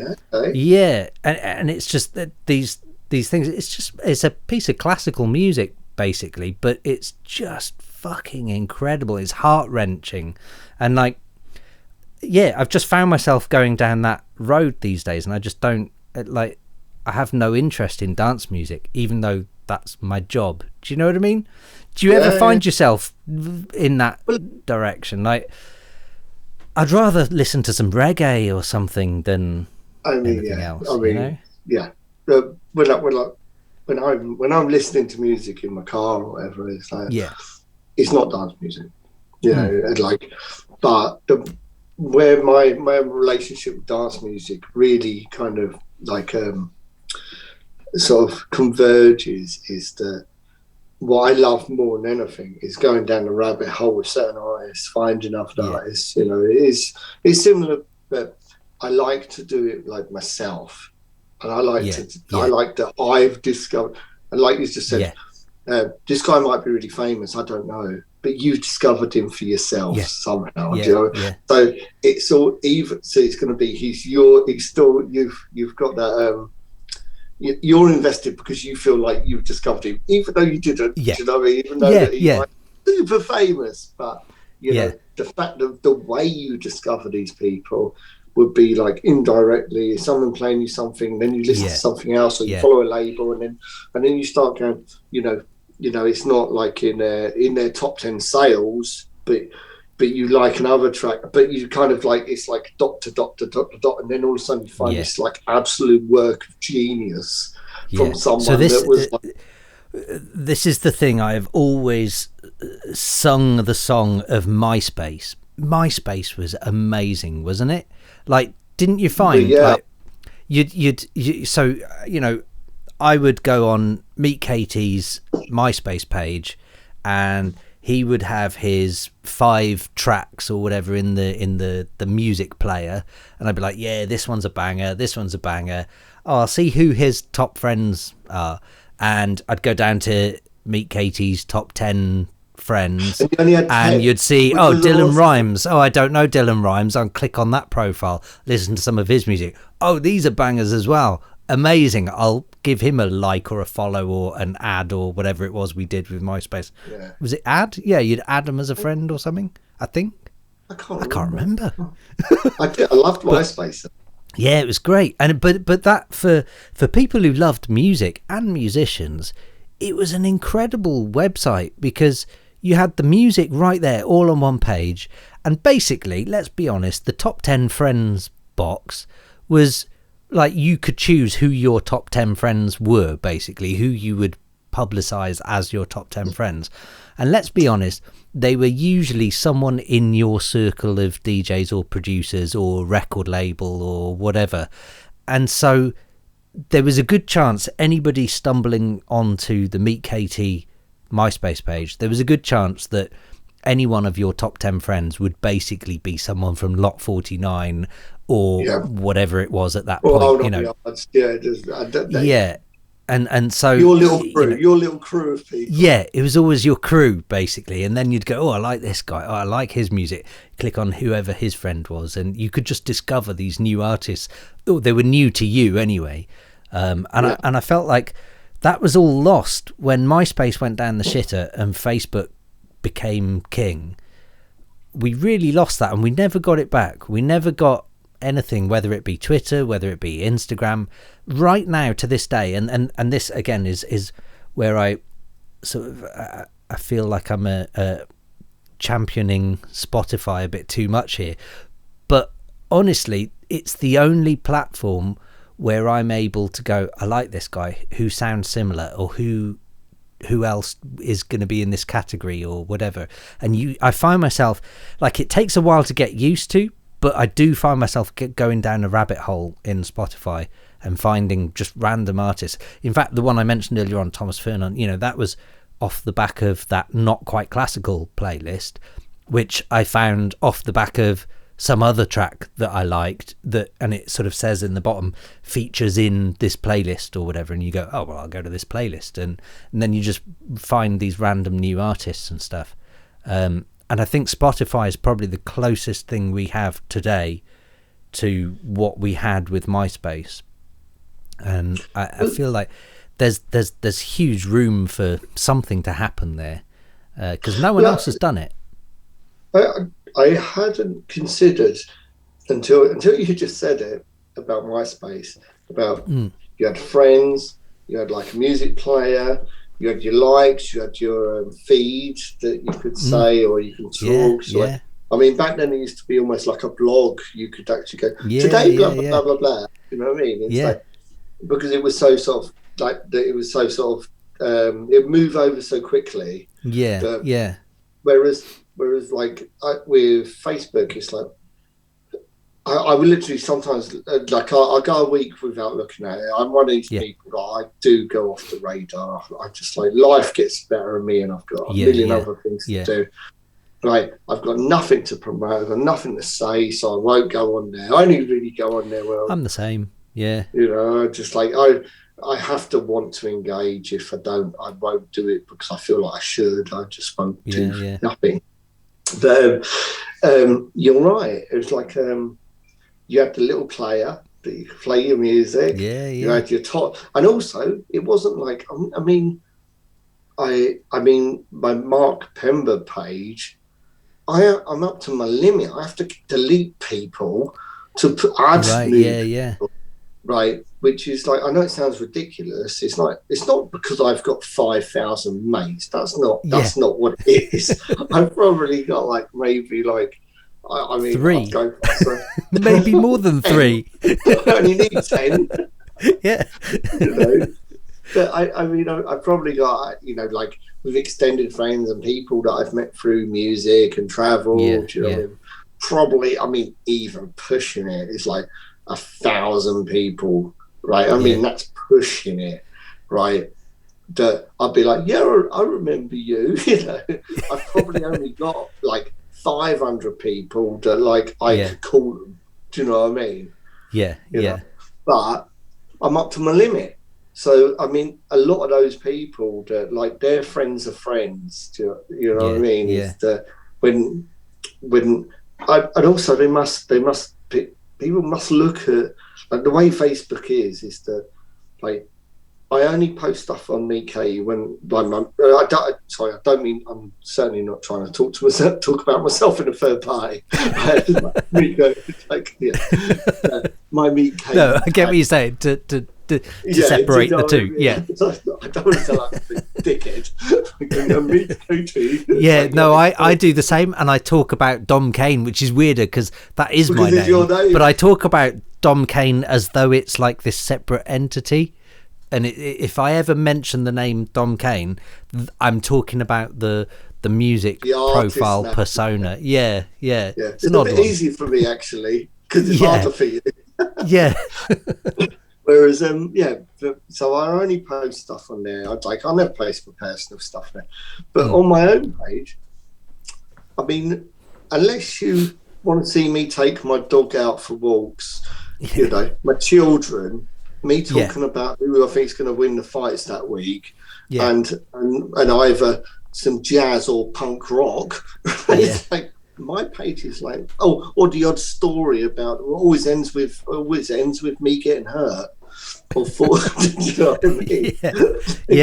Yeah. I'm kind of the same with my personal profile. I actually try and not post stuff about music. I really only post stuff about music on my personal Facebook, like, because I kind of assume that any of my friends that actually like my music, and I doubt there are many of those, but I feel like any of those that exist probably like my page anyway. Yeah. So they can get an update there. And then really, I kind of feel like I don't want to be pushing my label's releases to my family and whatever. And don't get me wrong, like my mum and my sisters would probably love to hear it, but I don't know if them hearing it really means much to me. Do you know what I mean? Like, if they share it, it's like it's kind of, they're sharing it because they love you, not because they exactly. Yeah. My wife, bless her, shares so many things that I post, and my wife does not do social media. Like she's one of those people that, like, she basically only has Facebook just to see what some of her old school friends are up to every now and then, and her sister and whatever, you know, see her family's updates and whatever. She doesn't really interact with people on Facebook or anything. She's not into it. She's not into that sort of thing. But bless her, she'll share everything I post about music or whatever to all 30 of her friends. But it's all like underground, not very specialised dance music. Yeah, that's it. And her great auntie somewhere in Scotland is listening, I'm sure. There's I've got a friend of mine. I've got a friend. Her name's Karen. She's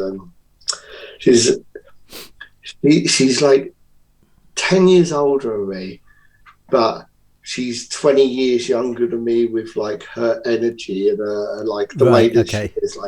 Like she's just like the loveliest human being on this planet. Yeah, right.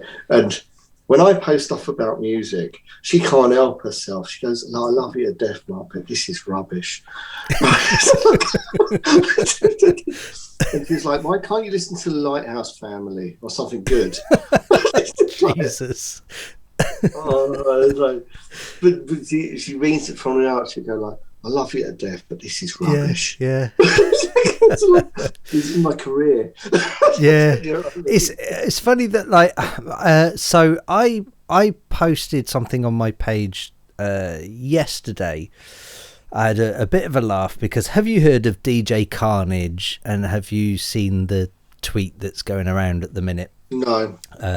So DJ Carnage is I assume he's famous. He seems to be playing big gigs. When I saw someone post a video clip, he sounds like he should be famous.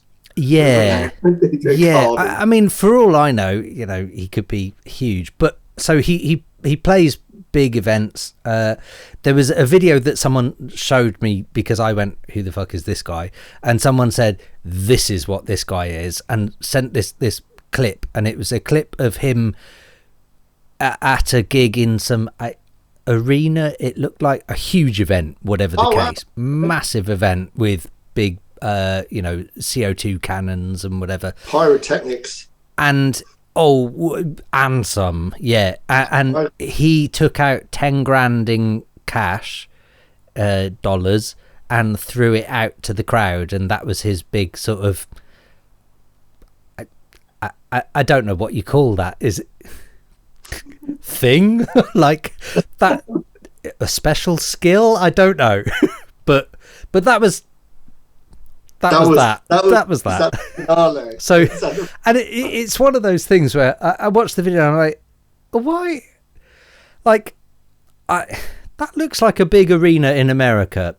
I'm guessing these kids paid $150 to go in there. I'm guessing DJ Carnage wasn't the only guy that they were there to see. I'm guessing there was a whole lineup of people. It just seems odd that, let's be honest, they're all rich white kids, basically, that are going to this event. And he's throwing $10,000 to what looks like about 20,000 people. So that's an average of 50 cents each. Like, it's just weird and awkward. It's like, at least with Steve Aoki throwing cake, it was funny or something, but it was a $20 cake. Yeah, but if Steve Aoki got $20 cash and just went, here you go, to someone, it'd be like, what are you doing? That's really weird. So anyway, this DJ Carnage basically posted or tweeted the other day saying something along the lines of every label wanted this. I didn't even tell them who I was, and every fucking label who heard it wanted it. This next release is gonna change house music forever, is what he claimed. And I read it and went, wow, well, there we go then, changing house music forever. There we go. Okay, that's your next thing. Like, it beggars belief, doesn't it? For the worse, you don't have to change it for the better. Yeah, well, that's true. Yeah, it could all come crumbling down on him. He didn't say it's changed for the better. Yeah, that's said, true. This is going to change it. It's like, yeah, I've lowered the standard so low that I've hit rock bottom. Do you know what I mean? Yeah, I think that's essentially what it is. I mean, and that way, like, in all honesty, he was very fair with his statement. Yeah. How can you not? Well, maybe, yeah. Well, I'm yet to be proven wrong or right, so maybe he's ironic. Maybe like this guy's got a ton of. I really hoped it was, but no. He's and the joke's on everyone else. Going, I'm changing house music forever. I'm going to ruin it for everyone. Do you find yourself having any kind of feelings towards these people? Because I know in the UK in particular, let's be honest, in the UK we're very much stiff upper lip. We take our business very seriously, and there is no fun to be had in this nightclub. Do you know what I mean? Like, you must all dance and put your mobile phones away and not have any fun and head down and bob away. And obviously I'm exaggerating there, but obviously, people like Steve Aoki. Steve Aoki's a weird one because I've spoken to him, I don't know, a very small handful of times. And every single time I've spoken to him, he has legitimately been a really nice person and listened and paid attention and been really just thoughtful. And yet you see all these videos of him being, let's be honest, an idiot on stage, and you're just like, oh, I'm so torn. Well, I mean, you can only go by your own experiences. Is that, like, you know what? Is that by you saying that, for everyone that doesn't say that, is that, like, look, his antics are like, they are what they are. Do you know what I mean? They're all part of the show. They're all part of the package. But by you taking a stand and actually saying, like, do you know, my only experience with him, he's been lovely. You know what I mean? It's like that's a balanced thing, because it's easy to join. It's easy to join the hate club and go, well, I don't like that music, so he's an arsehole. Just because he plays music or does things that you don't agree with doesn't make him an arsehole. And actually, the one person I've always had their back for that reason is David Guetta, oddly enough. Because I played a gig with him way back, whenever it was, early 2000s, in Moscow, and this was before whatever the big song was that really exploded him. I can't remember what it was, to be honest, but it was near that time. It was just before, and things were really starting to sort of boil up at the time. And I played the gig with him and sort of talked to him and whatever, and he was fine. And we swapped email addresses, and that was that. And I think I sent him a demo, like 5-6 years later. It was a long time later, and he remembered who I was and sort of was nice enough to respond and whatever. And like I say, I've only ever had a few short conversations with him, but every single time he's been hugely supportive and thoughtful. And do you know what I mean? He's just been a stand-up guy, and you sort of think, yeah, maybe he's actually just a nice guy. Do you know what I mean? if that's your a lot like Steve Aoki, I always sort of say he enjoys what he does. So, when people sort of say, "Oh, he's a sellout," who's he selling out to then? Because he enjoys what he does. So, I kind of feel like maybe he's not a sellout. Well, yeah, I mean, as long as he's happy in what he's doing, is that only. At the end of a career, I don't want to sound like but I have no plans on retiring. By the way, I didn't mean it, but at the end of anyone's career in any profession, not just music, as long as you can stand up and go I'm proud of what I did. I'm proud of this. I'm proud of that. Is to look if Steve Aoki's happy to sail across the crowd in a dinghy throwing cakes at people, and he goes, do you know what, that was a great laugh, I had a blast doing it, and people loved it.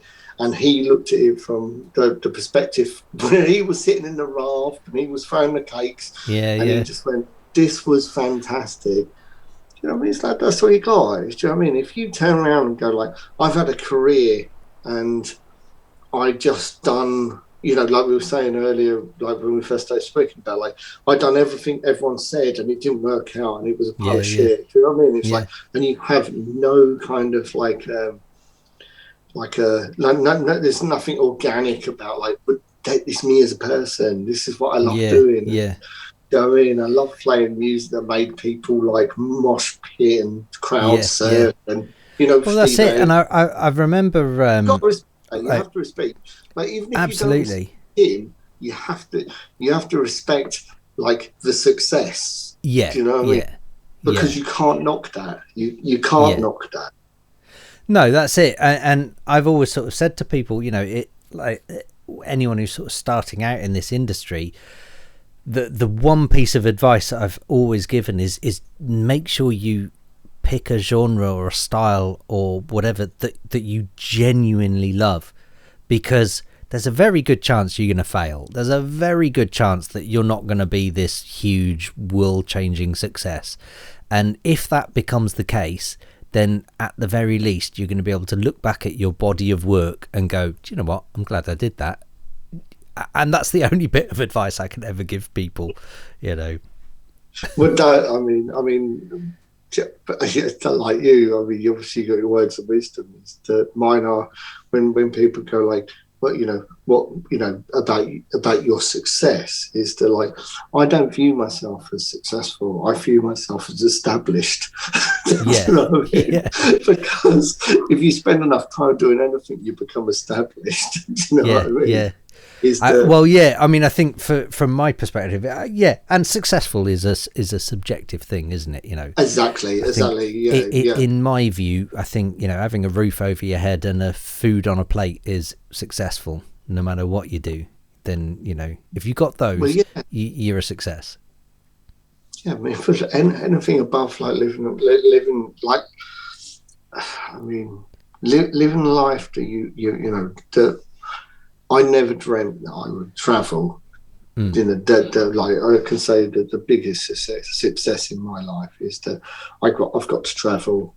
Do you know what I mean? Is the no qualifications, typical broken family, blah blah blah, all the crappy things. I was never supposed to see the world, and I have, and I do here. On a regular basis. Same here. Yeah. And I'm eternally thankful for that as well. Yeah. And I think you're probably very much like me in that respect, where I kind of felt like by my mid-20s, early 30s, I'd sort of achieved so much in terms of I'd been to places that I never thought I'd ever see, whether it be just the back end of Siberia, being drunk on a train shooting AK-47s and stuff with club promoters, and just stupid shit that you just think, that's not real. Is that real? That didn't really happen, There are experiences you can't. Well, I guess you probably could buy them, but there are experiences that the people who just live a normal life. Do you know what I mean? It's like they don't. It doesn't happen to them. So having through music, the world has opened up. Do you know what I mean? Yeah. But but don't get me wrong, it doesn't have to be music. Because obviously I've got children, so I'm full of like words of wisdom to my kids. Like, you can do anything, which, I mean, some can. Some how do you find that? Like, I'm a new dad, or newish, and I have a stepson as well who is teenage, and there are times where you want to sort of go, well, back in the day I was wasted on God knows what, and then you think, no, I can't really say that. That's not good advice. That's not like. Do you know what I mean? How old is he? He's 15. He's 15. Right, because I've got a son that's 14, I've got a daughter that's 17, and a daughter that's 21. And I've got another son that's nearly 7. Yeah. So I've got three of them were with the same mother, and then I had another relationship, so I ended up with another child, which was I was by that point I never thought I was going to have children again, but hey ho. Well, look, I think that's the way it happens, though, isn't it? And I before my I say current wife, I say as in permanent wife, as in my wife. Before I met my wife, my current wife. It's probably not the right thing to say. But before I met her, I had pretty much thoroughly come to the conclusion that I really wasn't going to have kids. It just wasn't, right. I had stepdadded to a child once before and loved it, and that relationship didn't work, and I'd kind of come out of that going, I don't think I'm ever gonna, I think I'm past that point, really. I'm How old are you? 39. I bet you're 39. I'm 50 this year. You're 50. I'm 50 this year. Yeah. Sorry, I didn't mean to trump you on the age. When are you 50? September. Okay. Yeah, I know. Are you having a party? Yeah, maybe a lockdown party. Well, you should be all right by September, shouldn't you? I'm not sure if I should be celebrating it or commiserating it. I don't know what I should do. Well, yeah, so it's my 40th next year in January. And there's a part of me this year that's thinking, right, I'm 40 next year. I should probably celebrate that, because we've had a shit year and a half of pandemic. And I feel like by January next year, we should be good again. And there's a part of me that thinks, yeah, maybe I should just go whole hog and just throw a party or something. I mean, I celebrated my 40. Well, we threw a party. Yeah, we had like a Lot 49 party. And okay. Marvin Dylan Rhymes 40 a bit. One Can I pause you right there? Sorry, it's my turn to go toilet now. Oh, that's all right. Well, I'll get enough drink. Mate. All right, okay. Way back. That was quick. Yeah. So, Dom, you just made me feel really good about myself. All right. And when you get to our age, and I'm a good solid 10 years older than you. It's like, I'm just like, oh.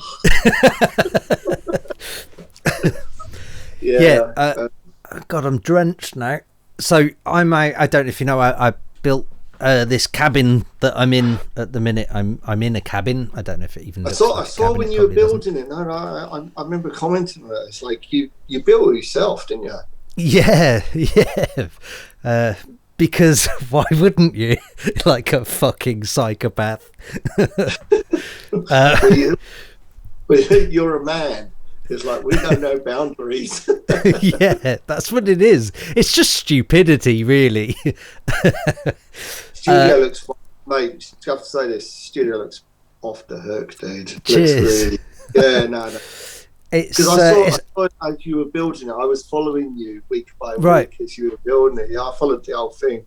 So I love that, because I've built 2 studios myself. So, it's we got someone in to do like the panel acoustics. Do you know what I mean? Like, cut long story short, we found someone that was there's no easy way of saying it. Is that he worked for some friends of ours that were building like mastering studios and stuff. And he always said, and he worked for a company, but he was a proper moonlighter. and he said to us, he goes, "Yeah, I can do it." He goes, "But I have to do it on off hours and when I beg, borrow, and steal." So we ended up with like a really good job done, but we had to wait and we had to kind of. Wasn't, you know, we were his part-time project. It was moonlight. He got us from working from like a big acoustic company, and he got our job because he kind of threw himself out there to our friends. Went, well, if you never need a little bit of extra work done, I can do it like on the side. So, you know, we built 2 studios using the same guy, but I mean, for a quarter price. So I moved into this house, and it's let's call it a fixer-upper, basically. Where do you live? I know you're up north. But... Yeah, in Manchester. So, Salford, really. Salford. Okay. Yeah. So we bought this house on a budget, and so it is definitely a fixer-upper, and it's a 3-bed house. So before we had Max, my newborn, we could kind of get away with me being in the back room of the house, and we kind of planned that we're probably going to have a kid, and we kind of set a bit of a time frame of how it was going to happen. And so the plan always was that I would have something built in the garden, basically, because we had an all right sized garden, and the option I was looking at was either basically rent a unit down the road, which is fine, and you know, you can get a fairly cheap unit down here, but that's a lifetime of rent, or if I spend equivalent to say 4 or 5 years worth of rent on a unit in getting somewhere built in the garden, then 4 or 5 years, then I'm in the profit. So that was kind of the plan all the time. And then the pandemic hit, and I so I was kind of squirreling bits of money away where I could, and I was kind of deciding on, well, do I get like a team of people to design it and build it for me? That's top budget stuff. Or do I do it myself? And do I get like an off the shelf cabin type system and then just modify it for my own needs, or do I design everything myself from scratch? And I kind of ummed and ahed for literally years, and then the pandemic hit, and I was getting closer to where my budget was in my head, thinking, well, that's kind of what I'm aiming for. And then royalties came through in April during lockdown, and I'm thinking, that's just taken me over the threshold of where I wanted to be, but we're in lockdown. And then I thought, well, I've got a newborn child, my wife's off work.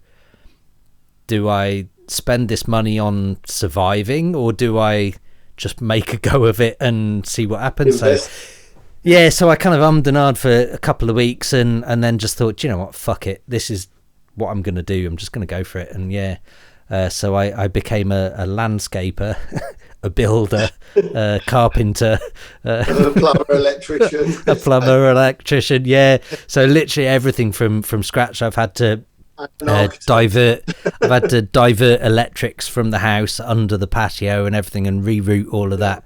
I've set up like consumer units for power distribution and stuff like that, for lighting and flooring. Got underfloor heating and everything like that installed. So mate, it was a lot of work. It was a lot of work.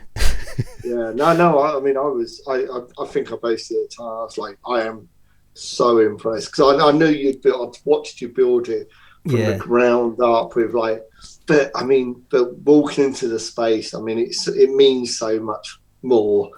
Yeah, definitely. And that was kind of revealed even in the first few weeks of once I'd sort of built it. So behind me, you can only see black behind me, but acoustic curtains. The acoustic curtains, and what there is behind there is I've got double French doors basically that open out onto a raised patio system. So what was revealed within the first couple of weeks, 'cause I don't know if you remember, well, probably might not have had the same down there in the south, but up here last summer, must have been end of May, beginning of June, we had about 2 weeks solid of just really random weather, like full on torrential downpours and thunderstorms and lightning, and we had there was a period of like 3 days in a row where it was almost constant lightning all day, every day, all night, and it was just ridiculous. But being sat in here and hearing all the rainfall on the roof and everything, and all the rumbles of thunder, and just trying to write some nice creative music, just being sat like with the doors wide open and it pissing down with rain, was just an incredible sort of moment where I'm like, thank fuck I built this, you know. It was heavy. Yours. Yeah, yours. Yeah. I know. It's such a man thing to want to build and create, you know, that just have that feeling. It's like, I mean, I have that with my business outside of music, is that when I go and speak to a client and they're talking about building something, then we sketch it out and we draw, like, you know, how it's going to look and whatnot. And I look at this, I think, I look at it and go, I hope I can do that. I've just promised someone I can do it. But you know, I say that with quite a confidence, because but I still get that kind of thing of, like, you know, like you writing an album is equivalent to you building a space. Absolutely, because you do go through that creative process. It's the same sort of feeling of right, what's the end goal, right, here's the process, and putting everything together and weaving whatever it is, that all these little jobs and all these little pieces that need to come together at the end, and then you get the end result, and you're presented with this finished, whether it be garden or album or whatever it may be. You're presented with this finished product, and you can sort of, that's right, and you can sort of stand back and go, fuck, I did that. Do you know what I mean? I mean, they're obviously different platforms of like creativity, but they amount to the same feeling. Do you know what I mean? Of like, definitely, I did it. Do you know what I mean? It's, the only difference when it's music is there's no guarantee to get paid. But you know, so do you? I mean, like, obviously, I mean, in lockdown, I'm going to run on the assumption that you're not exactly earning much, definitely not gigs-wise. Was gigs the mainstay of your money? Was it record releases, or? No, I mean, it's for me, it was DJing. It's DJing's always been my, like, stronghold of money, because like I said to you, like, earlier, is that, you know, I'm established, not successful. Is that the people that book me, they know from booking me that, like, and I'm very confident as a DJ. I'm very confident. Is that you give me a club, give me a full room, and I'll kick the fuck out of here. You know what I mean? Because, you know, I love music, and I you know, I almost when I'm playing, it's like I feel very comfortable. I feel very in my element. It's like I came from being in a band where I wasn't in control of everything. As soon as I become a DJ, I like it all just. I felt like this is my happy place playing. You know, it's to. And then when I started doing compilations, and, you know, and people liked them, I was like, oh, okay, people are digging my taste. This is good. Yeah, because you were kind of the generation of compilations, really, weren't you? And I don't know that. Again, I'm kind of like I alluded to earlier on. I've kind of been out of the industry mentally for a while. But I feel like compilations aren't really much of a thing anymore. But you did Ministry Sessions, you did Bedrock Breaks. Bedrock Breaks was I think it was CD2 of Bedrock Breaks was in my car for I don't know how many fucking years. That got rinsed in my car. It was actually live to it. You just couldn't get out. Yeah, no, it was stuck in the player. Couldn't get out to get a screwdriver. Yeah, it's still there now. But no, there was Bedrock Breaks. There was, you did Fabric, didn't you? Yeah, I done a Fabric. Done Fabric Live 21, which was 21. Yeah, 21. So Jesus, I mean, what are they on now? They must be on like 100 and something now. I have no idea, but like, I mean, back then is that, but that they wouldn't touch me with a barge pole. The Fabric story is like one of my favourites. Is that like Steve Blonde, who was the at the time was booking people for Fabric Live. He actually comes from Kingston, where I live, like Kingston upon Thames. Yeah, he came from town, and he thought I was just a local DJ. Oh, you know okay. I mean? He would not get like. Even when I went to like, I joined Coda, which is like a good agency and stuff. Yeah, yeah. Still are, I think, aren't they? I'd imagine so. I mean, they represent like people like Coldplay and shit. So. Oh right. Oh yeah. I guess they're doing all right then. that was a really bad example. But I think he thought. I think that I didn't. I done the opposite. I think because he came from the same area as me. Yeah. I think I actually got a rougher ride of it because at the time I was like I'd done the Bedrock compilation. I was playing a Bedrock regular. I was playing all over the world. Things were going amazing for me. Could not get a gig at Fabric. Right. Couldn't. Fabric's like 25 minutes from my house, right? Yeah. Could not get a gig there. They would. It was like I couldn't do any right, and I used to go and see friends DJ. Yeah, and I was just like, man, I'm really like by that point, my confidence as a DJ was high. Yeah, I knew, well, in my head, I was like, give me this room, I can smash it. I can smash it down. I was playing every weekend. At that time, I was like playing Thursday, Friday, Saturday, like every week, right?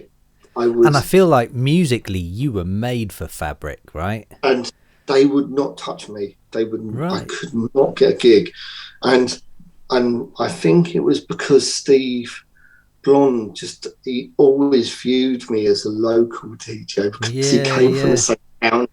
It was not him supporting me. It was the polar opposite. Yeah, it was like, he's just a local DJ. And and it got to the point where my agent was saying to him, like, Mark is DJing all over the world. Yeah. He's doing compilations for all your competitors. He's playing at the end.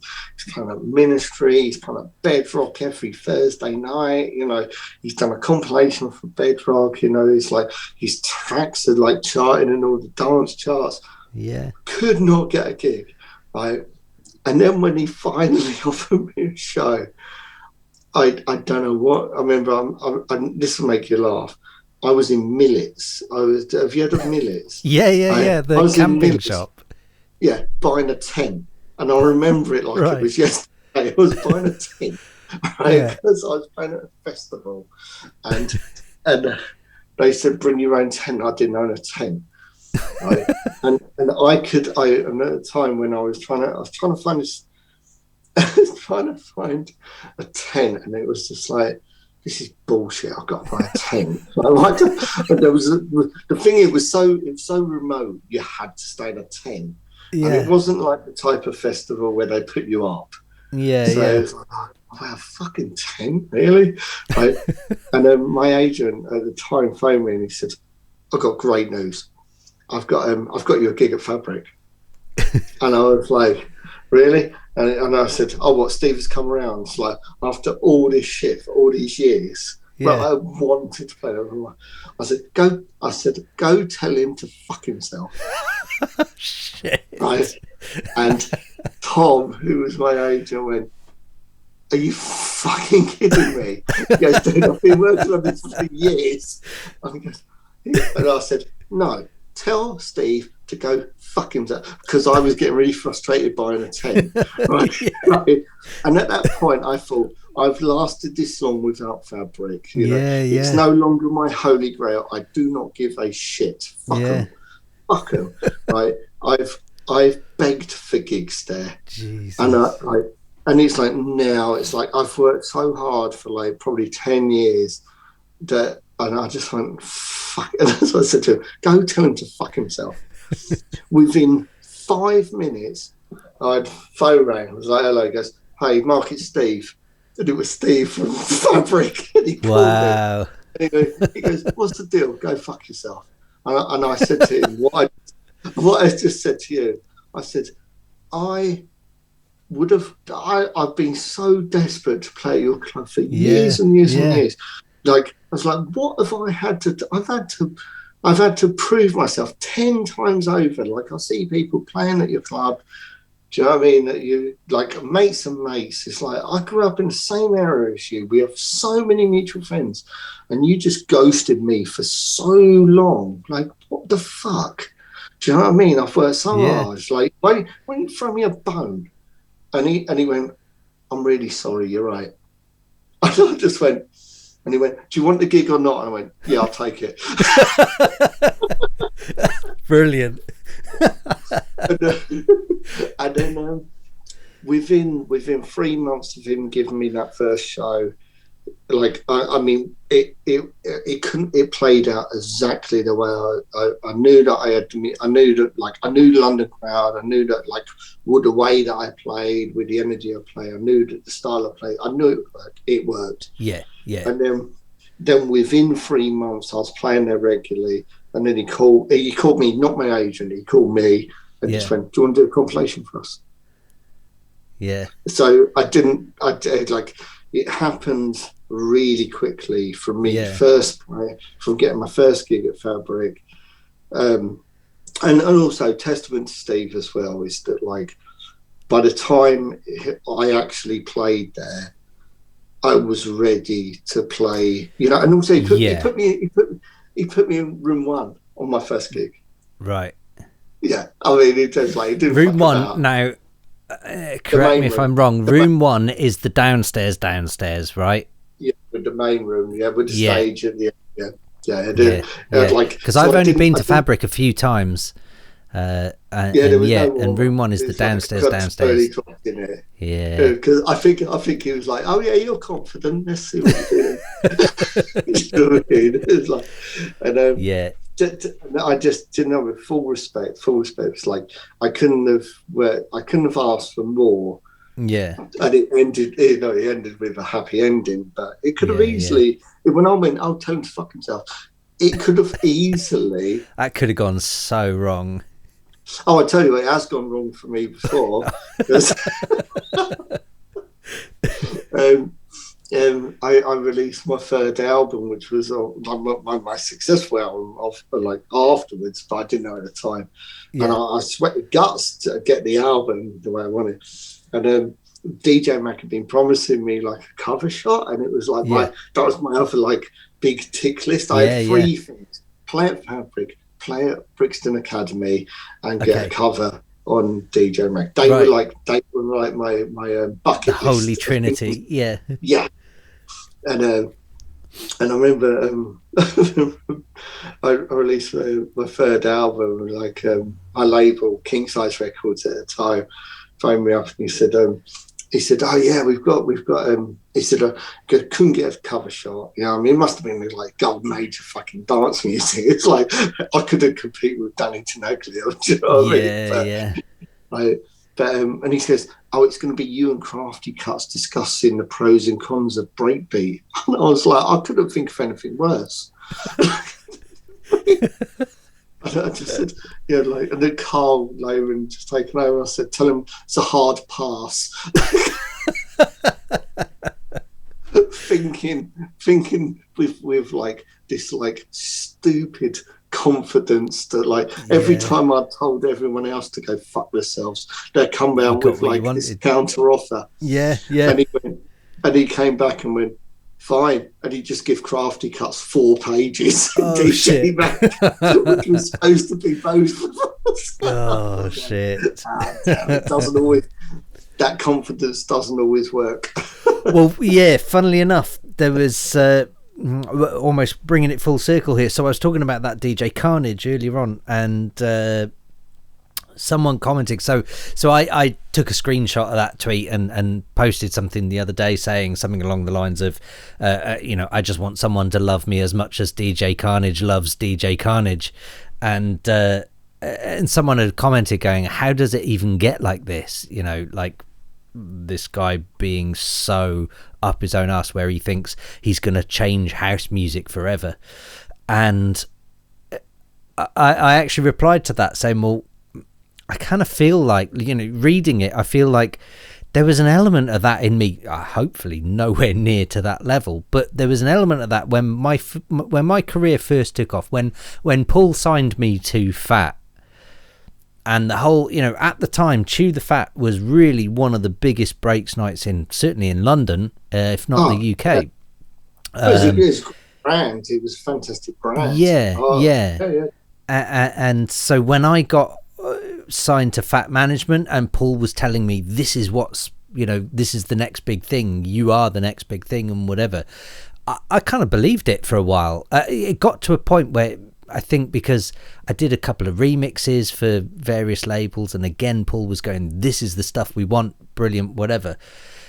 And this is kind of where the I guess we're talking like 2004-5ish, where really electro wasn't even really a word at this point, but it was bubbling. That it was starting to become this, and people were talking about electro breaks, and that was suddenly a thing, was electro breaks, and apparently I was electro breaks, and that was, so I was sort of very much front and center for, and he was, in fairness to him, he was putting on nights in London in whether it be Brixton Jam or the White House, and there were a couple of others that were essentially nights set up for me to headline. It was about me plus another guest, basically. Yeah.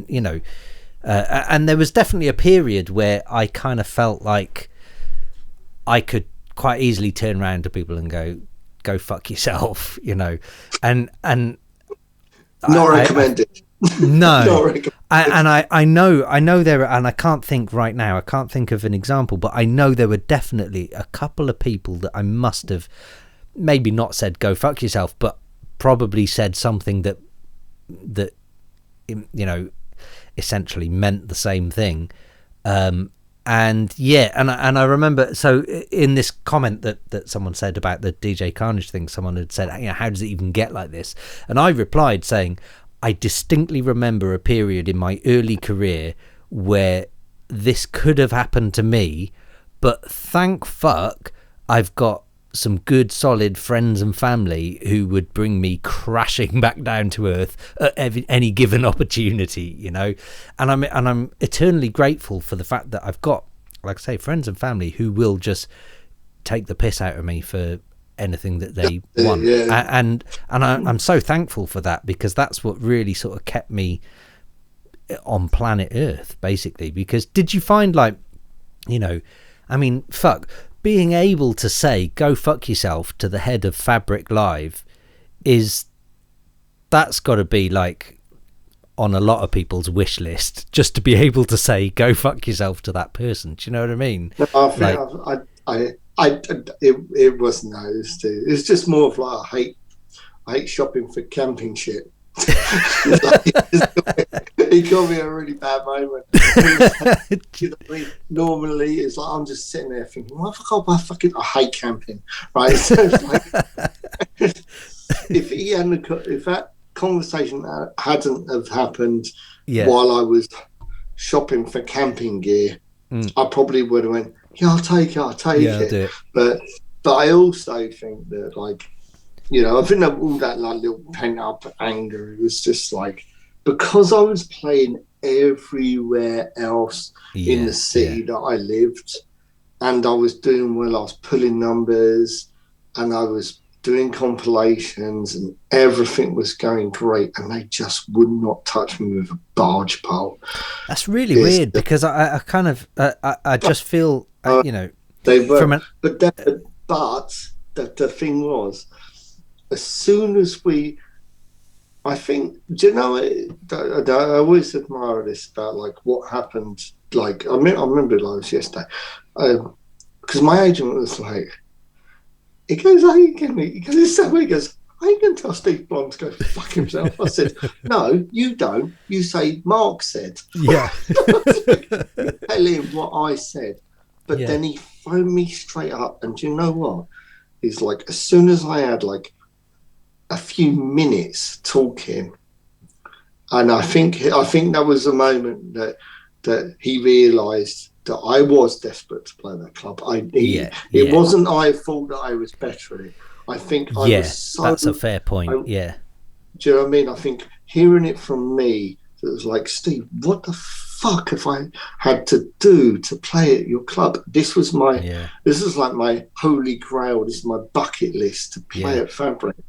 And after all these years, it's like I've been begging to play at your club. Yeah. It's like, and now I'm ready. It's like, what in your mind? I was like, no, I fucking earn it. Fucking earn to play. Like, and at that point, he was offering me the fucking like graveyard shift in the third room. He wasn't offering me a good slot.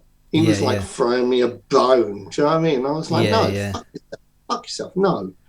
Do you know what I mean? There's no way that like I've worked this hard. It's like I can live my life happily without you.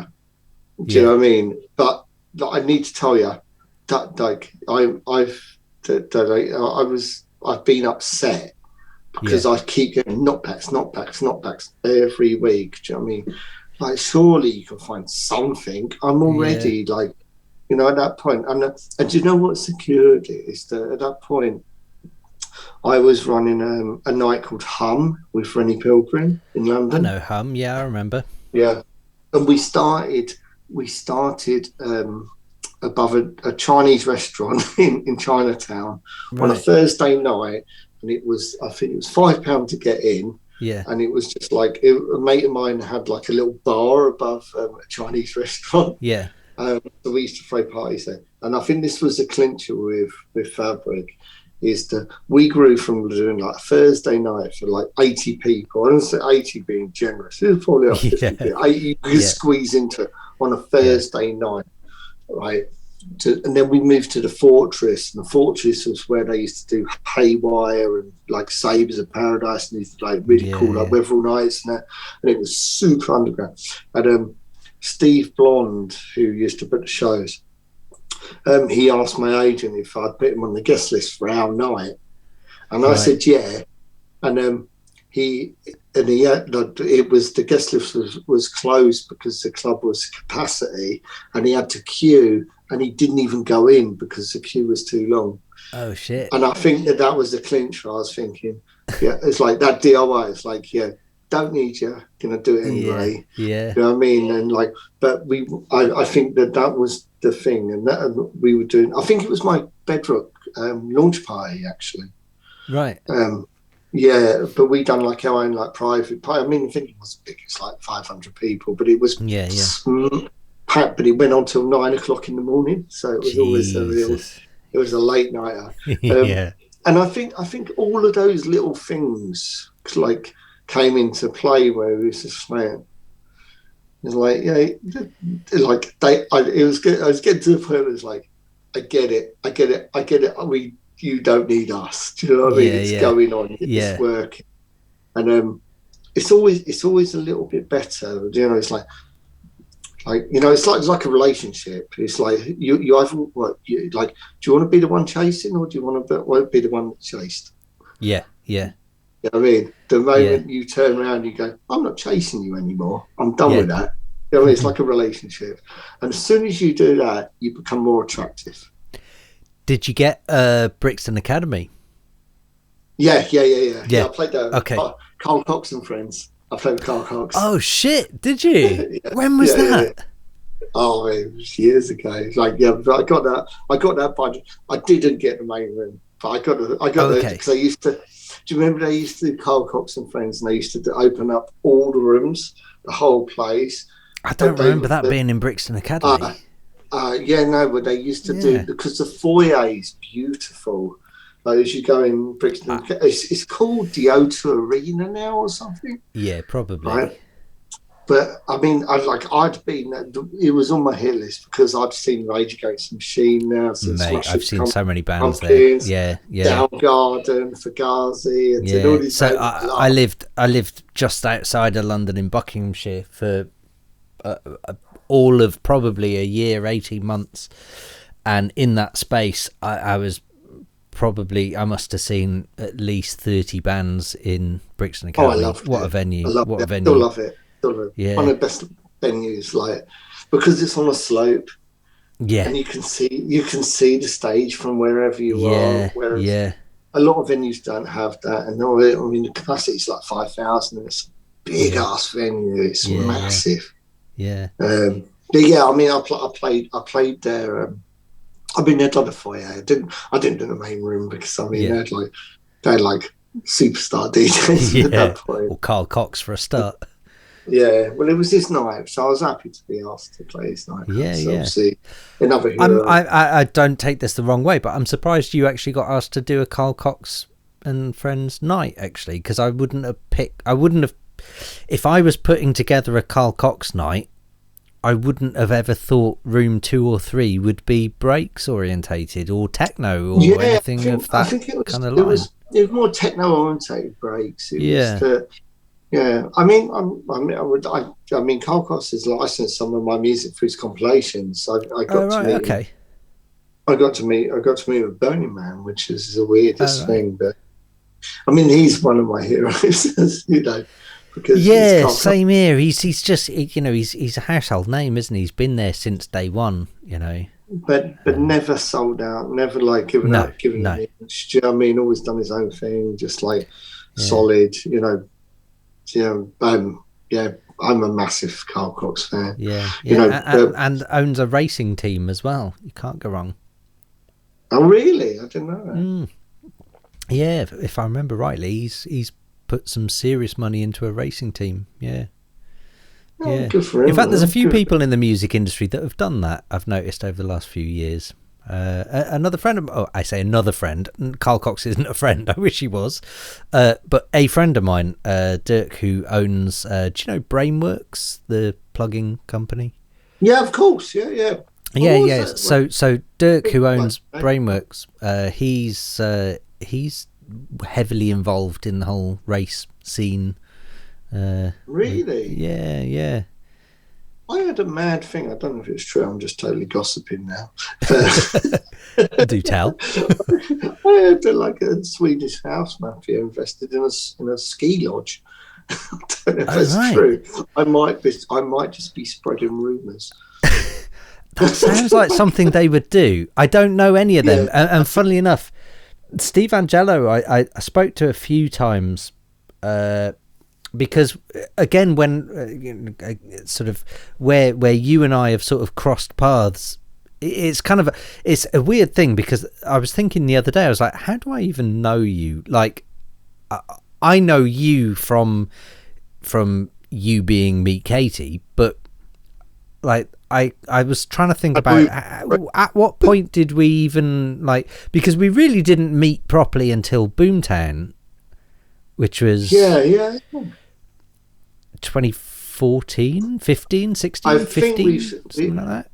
Yeah, I think we spoke. I think it's like we probably spoke for a long time. It's like even like just commenting. Yeah. But I because I always think this with like people in general is like, you know,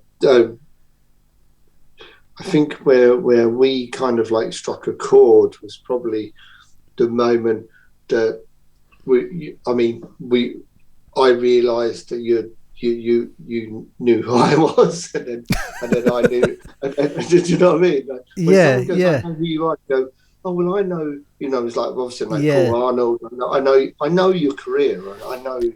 It's an odd one, because I think we've been on flyers together longer than we've known each other, sort of thing. And we've sort of, where maybe you've played one room and I've played a different room or whatever, and there's been somewhat of an overlap, or like another example is a mutual friend of ours, Sonny Wharton, where there was a period where me and Sonny, I kept going to gigs and seeing the flyer from the previous week or the previous month, and Sonny Wharton's name was on there, and he kept going to gigs and seeing the previous month or previous week, my name was on there, and so we kept going. I feel like we should know each other, just because we're always a week behind each other in gigs. And I think you and I, there was somewhat of an overlap. I think maybe, again, going back to where I was doing the whole sort of electro breaks crossover thing, I think there was definitely a crossover. And again, with Chew the Fat and everything, there must have been a crossover there, I guess.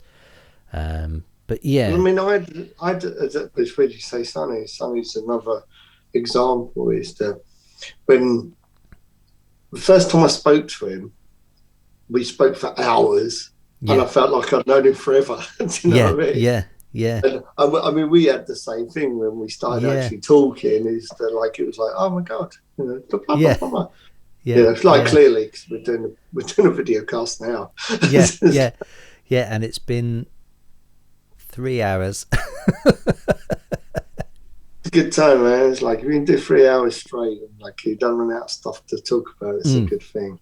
I mean, you're one of the very few people, like within dance music, is that you kind of like, I'm just giving you a little bit of props here for respect. Is that, like, I don't know if I should have that, but go on.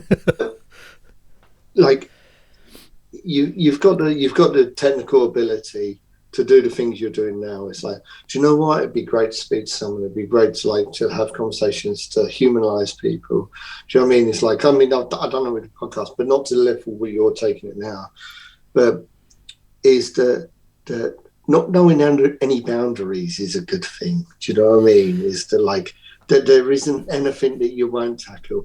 Like you said it earlier, it's like, I needed to find a place to work. It's like, I looked at my back garden, do you know, and like, obviously I didn't say it while you were saying it, but to have that vision of going, I'm gonna fucking do it myself. Do you know what I mean? It's like that literally commands respect, and I'm sure that like anyone that's listening to this obviously would come from like your stable of support through your podcast, through your music. Yeah. They will see it firsthand through like what you've done, like as a musician, but also as like a partner, a father, making those decisions and creating something like, that is, that's inspiring. Do you know what I mean? I had to take that. I see it as stupidity, where I just go, I need this. I know I can do it myself. I saw a YouTube video once where someone plumbed something in. I'll do it. It'll be fine. Yeah. And now you have a studio. You're building stuff. You're inviting people into your space to interview, to talk to. Yeah, I mean, it's like, don't take anything away from those achievements. I mean, they're massive. Yeah. They are massive. So I just have to say that, because I don't want to end the podcast without me going, I wish I'd said that. Well, thank you. I've said it. Yeah, I'll edit it out. I'll edit that out. But you get my point. Well, no, definitely. Thank you, and that's appreciated. I'm not very good at receiving compliments, I must admit. In fact.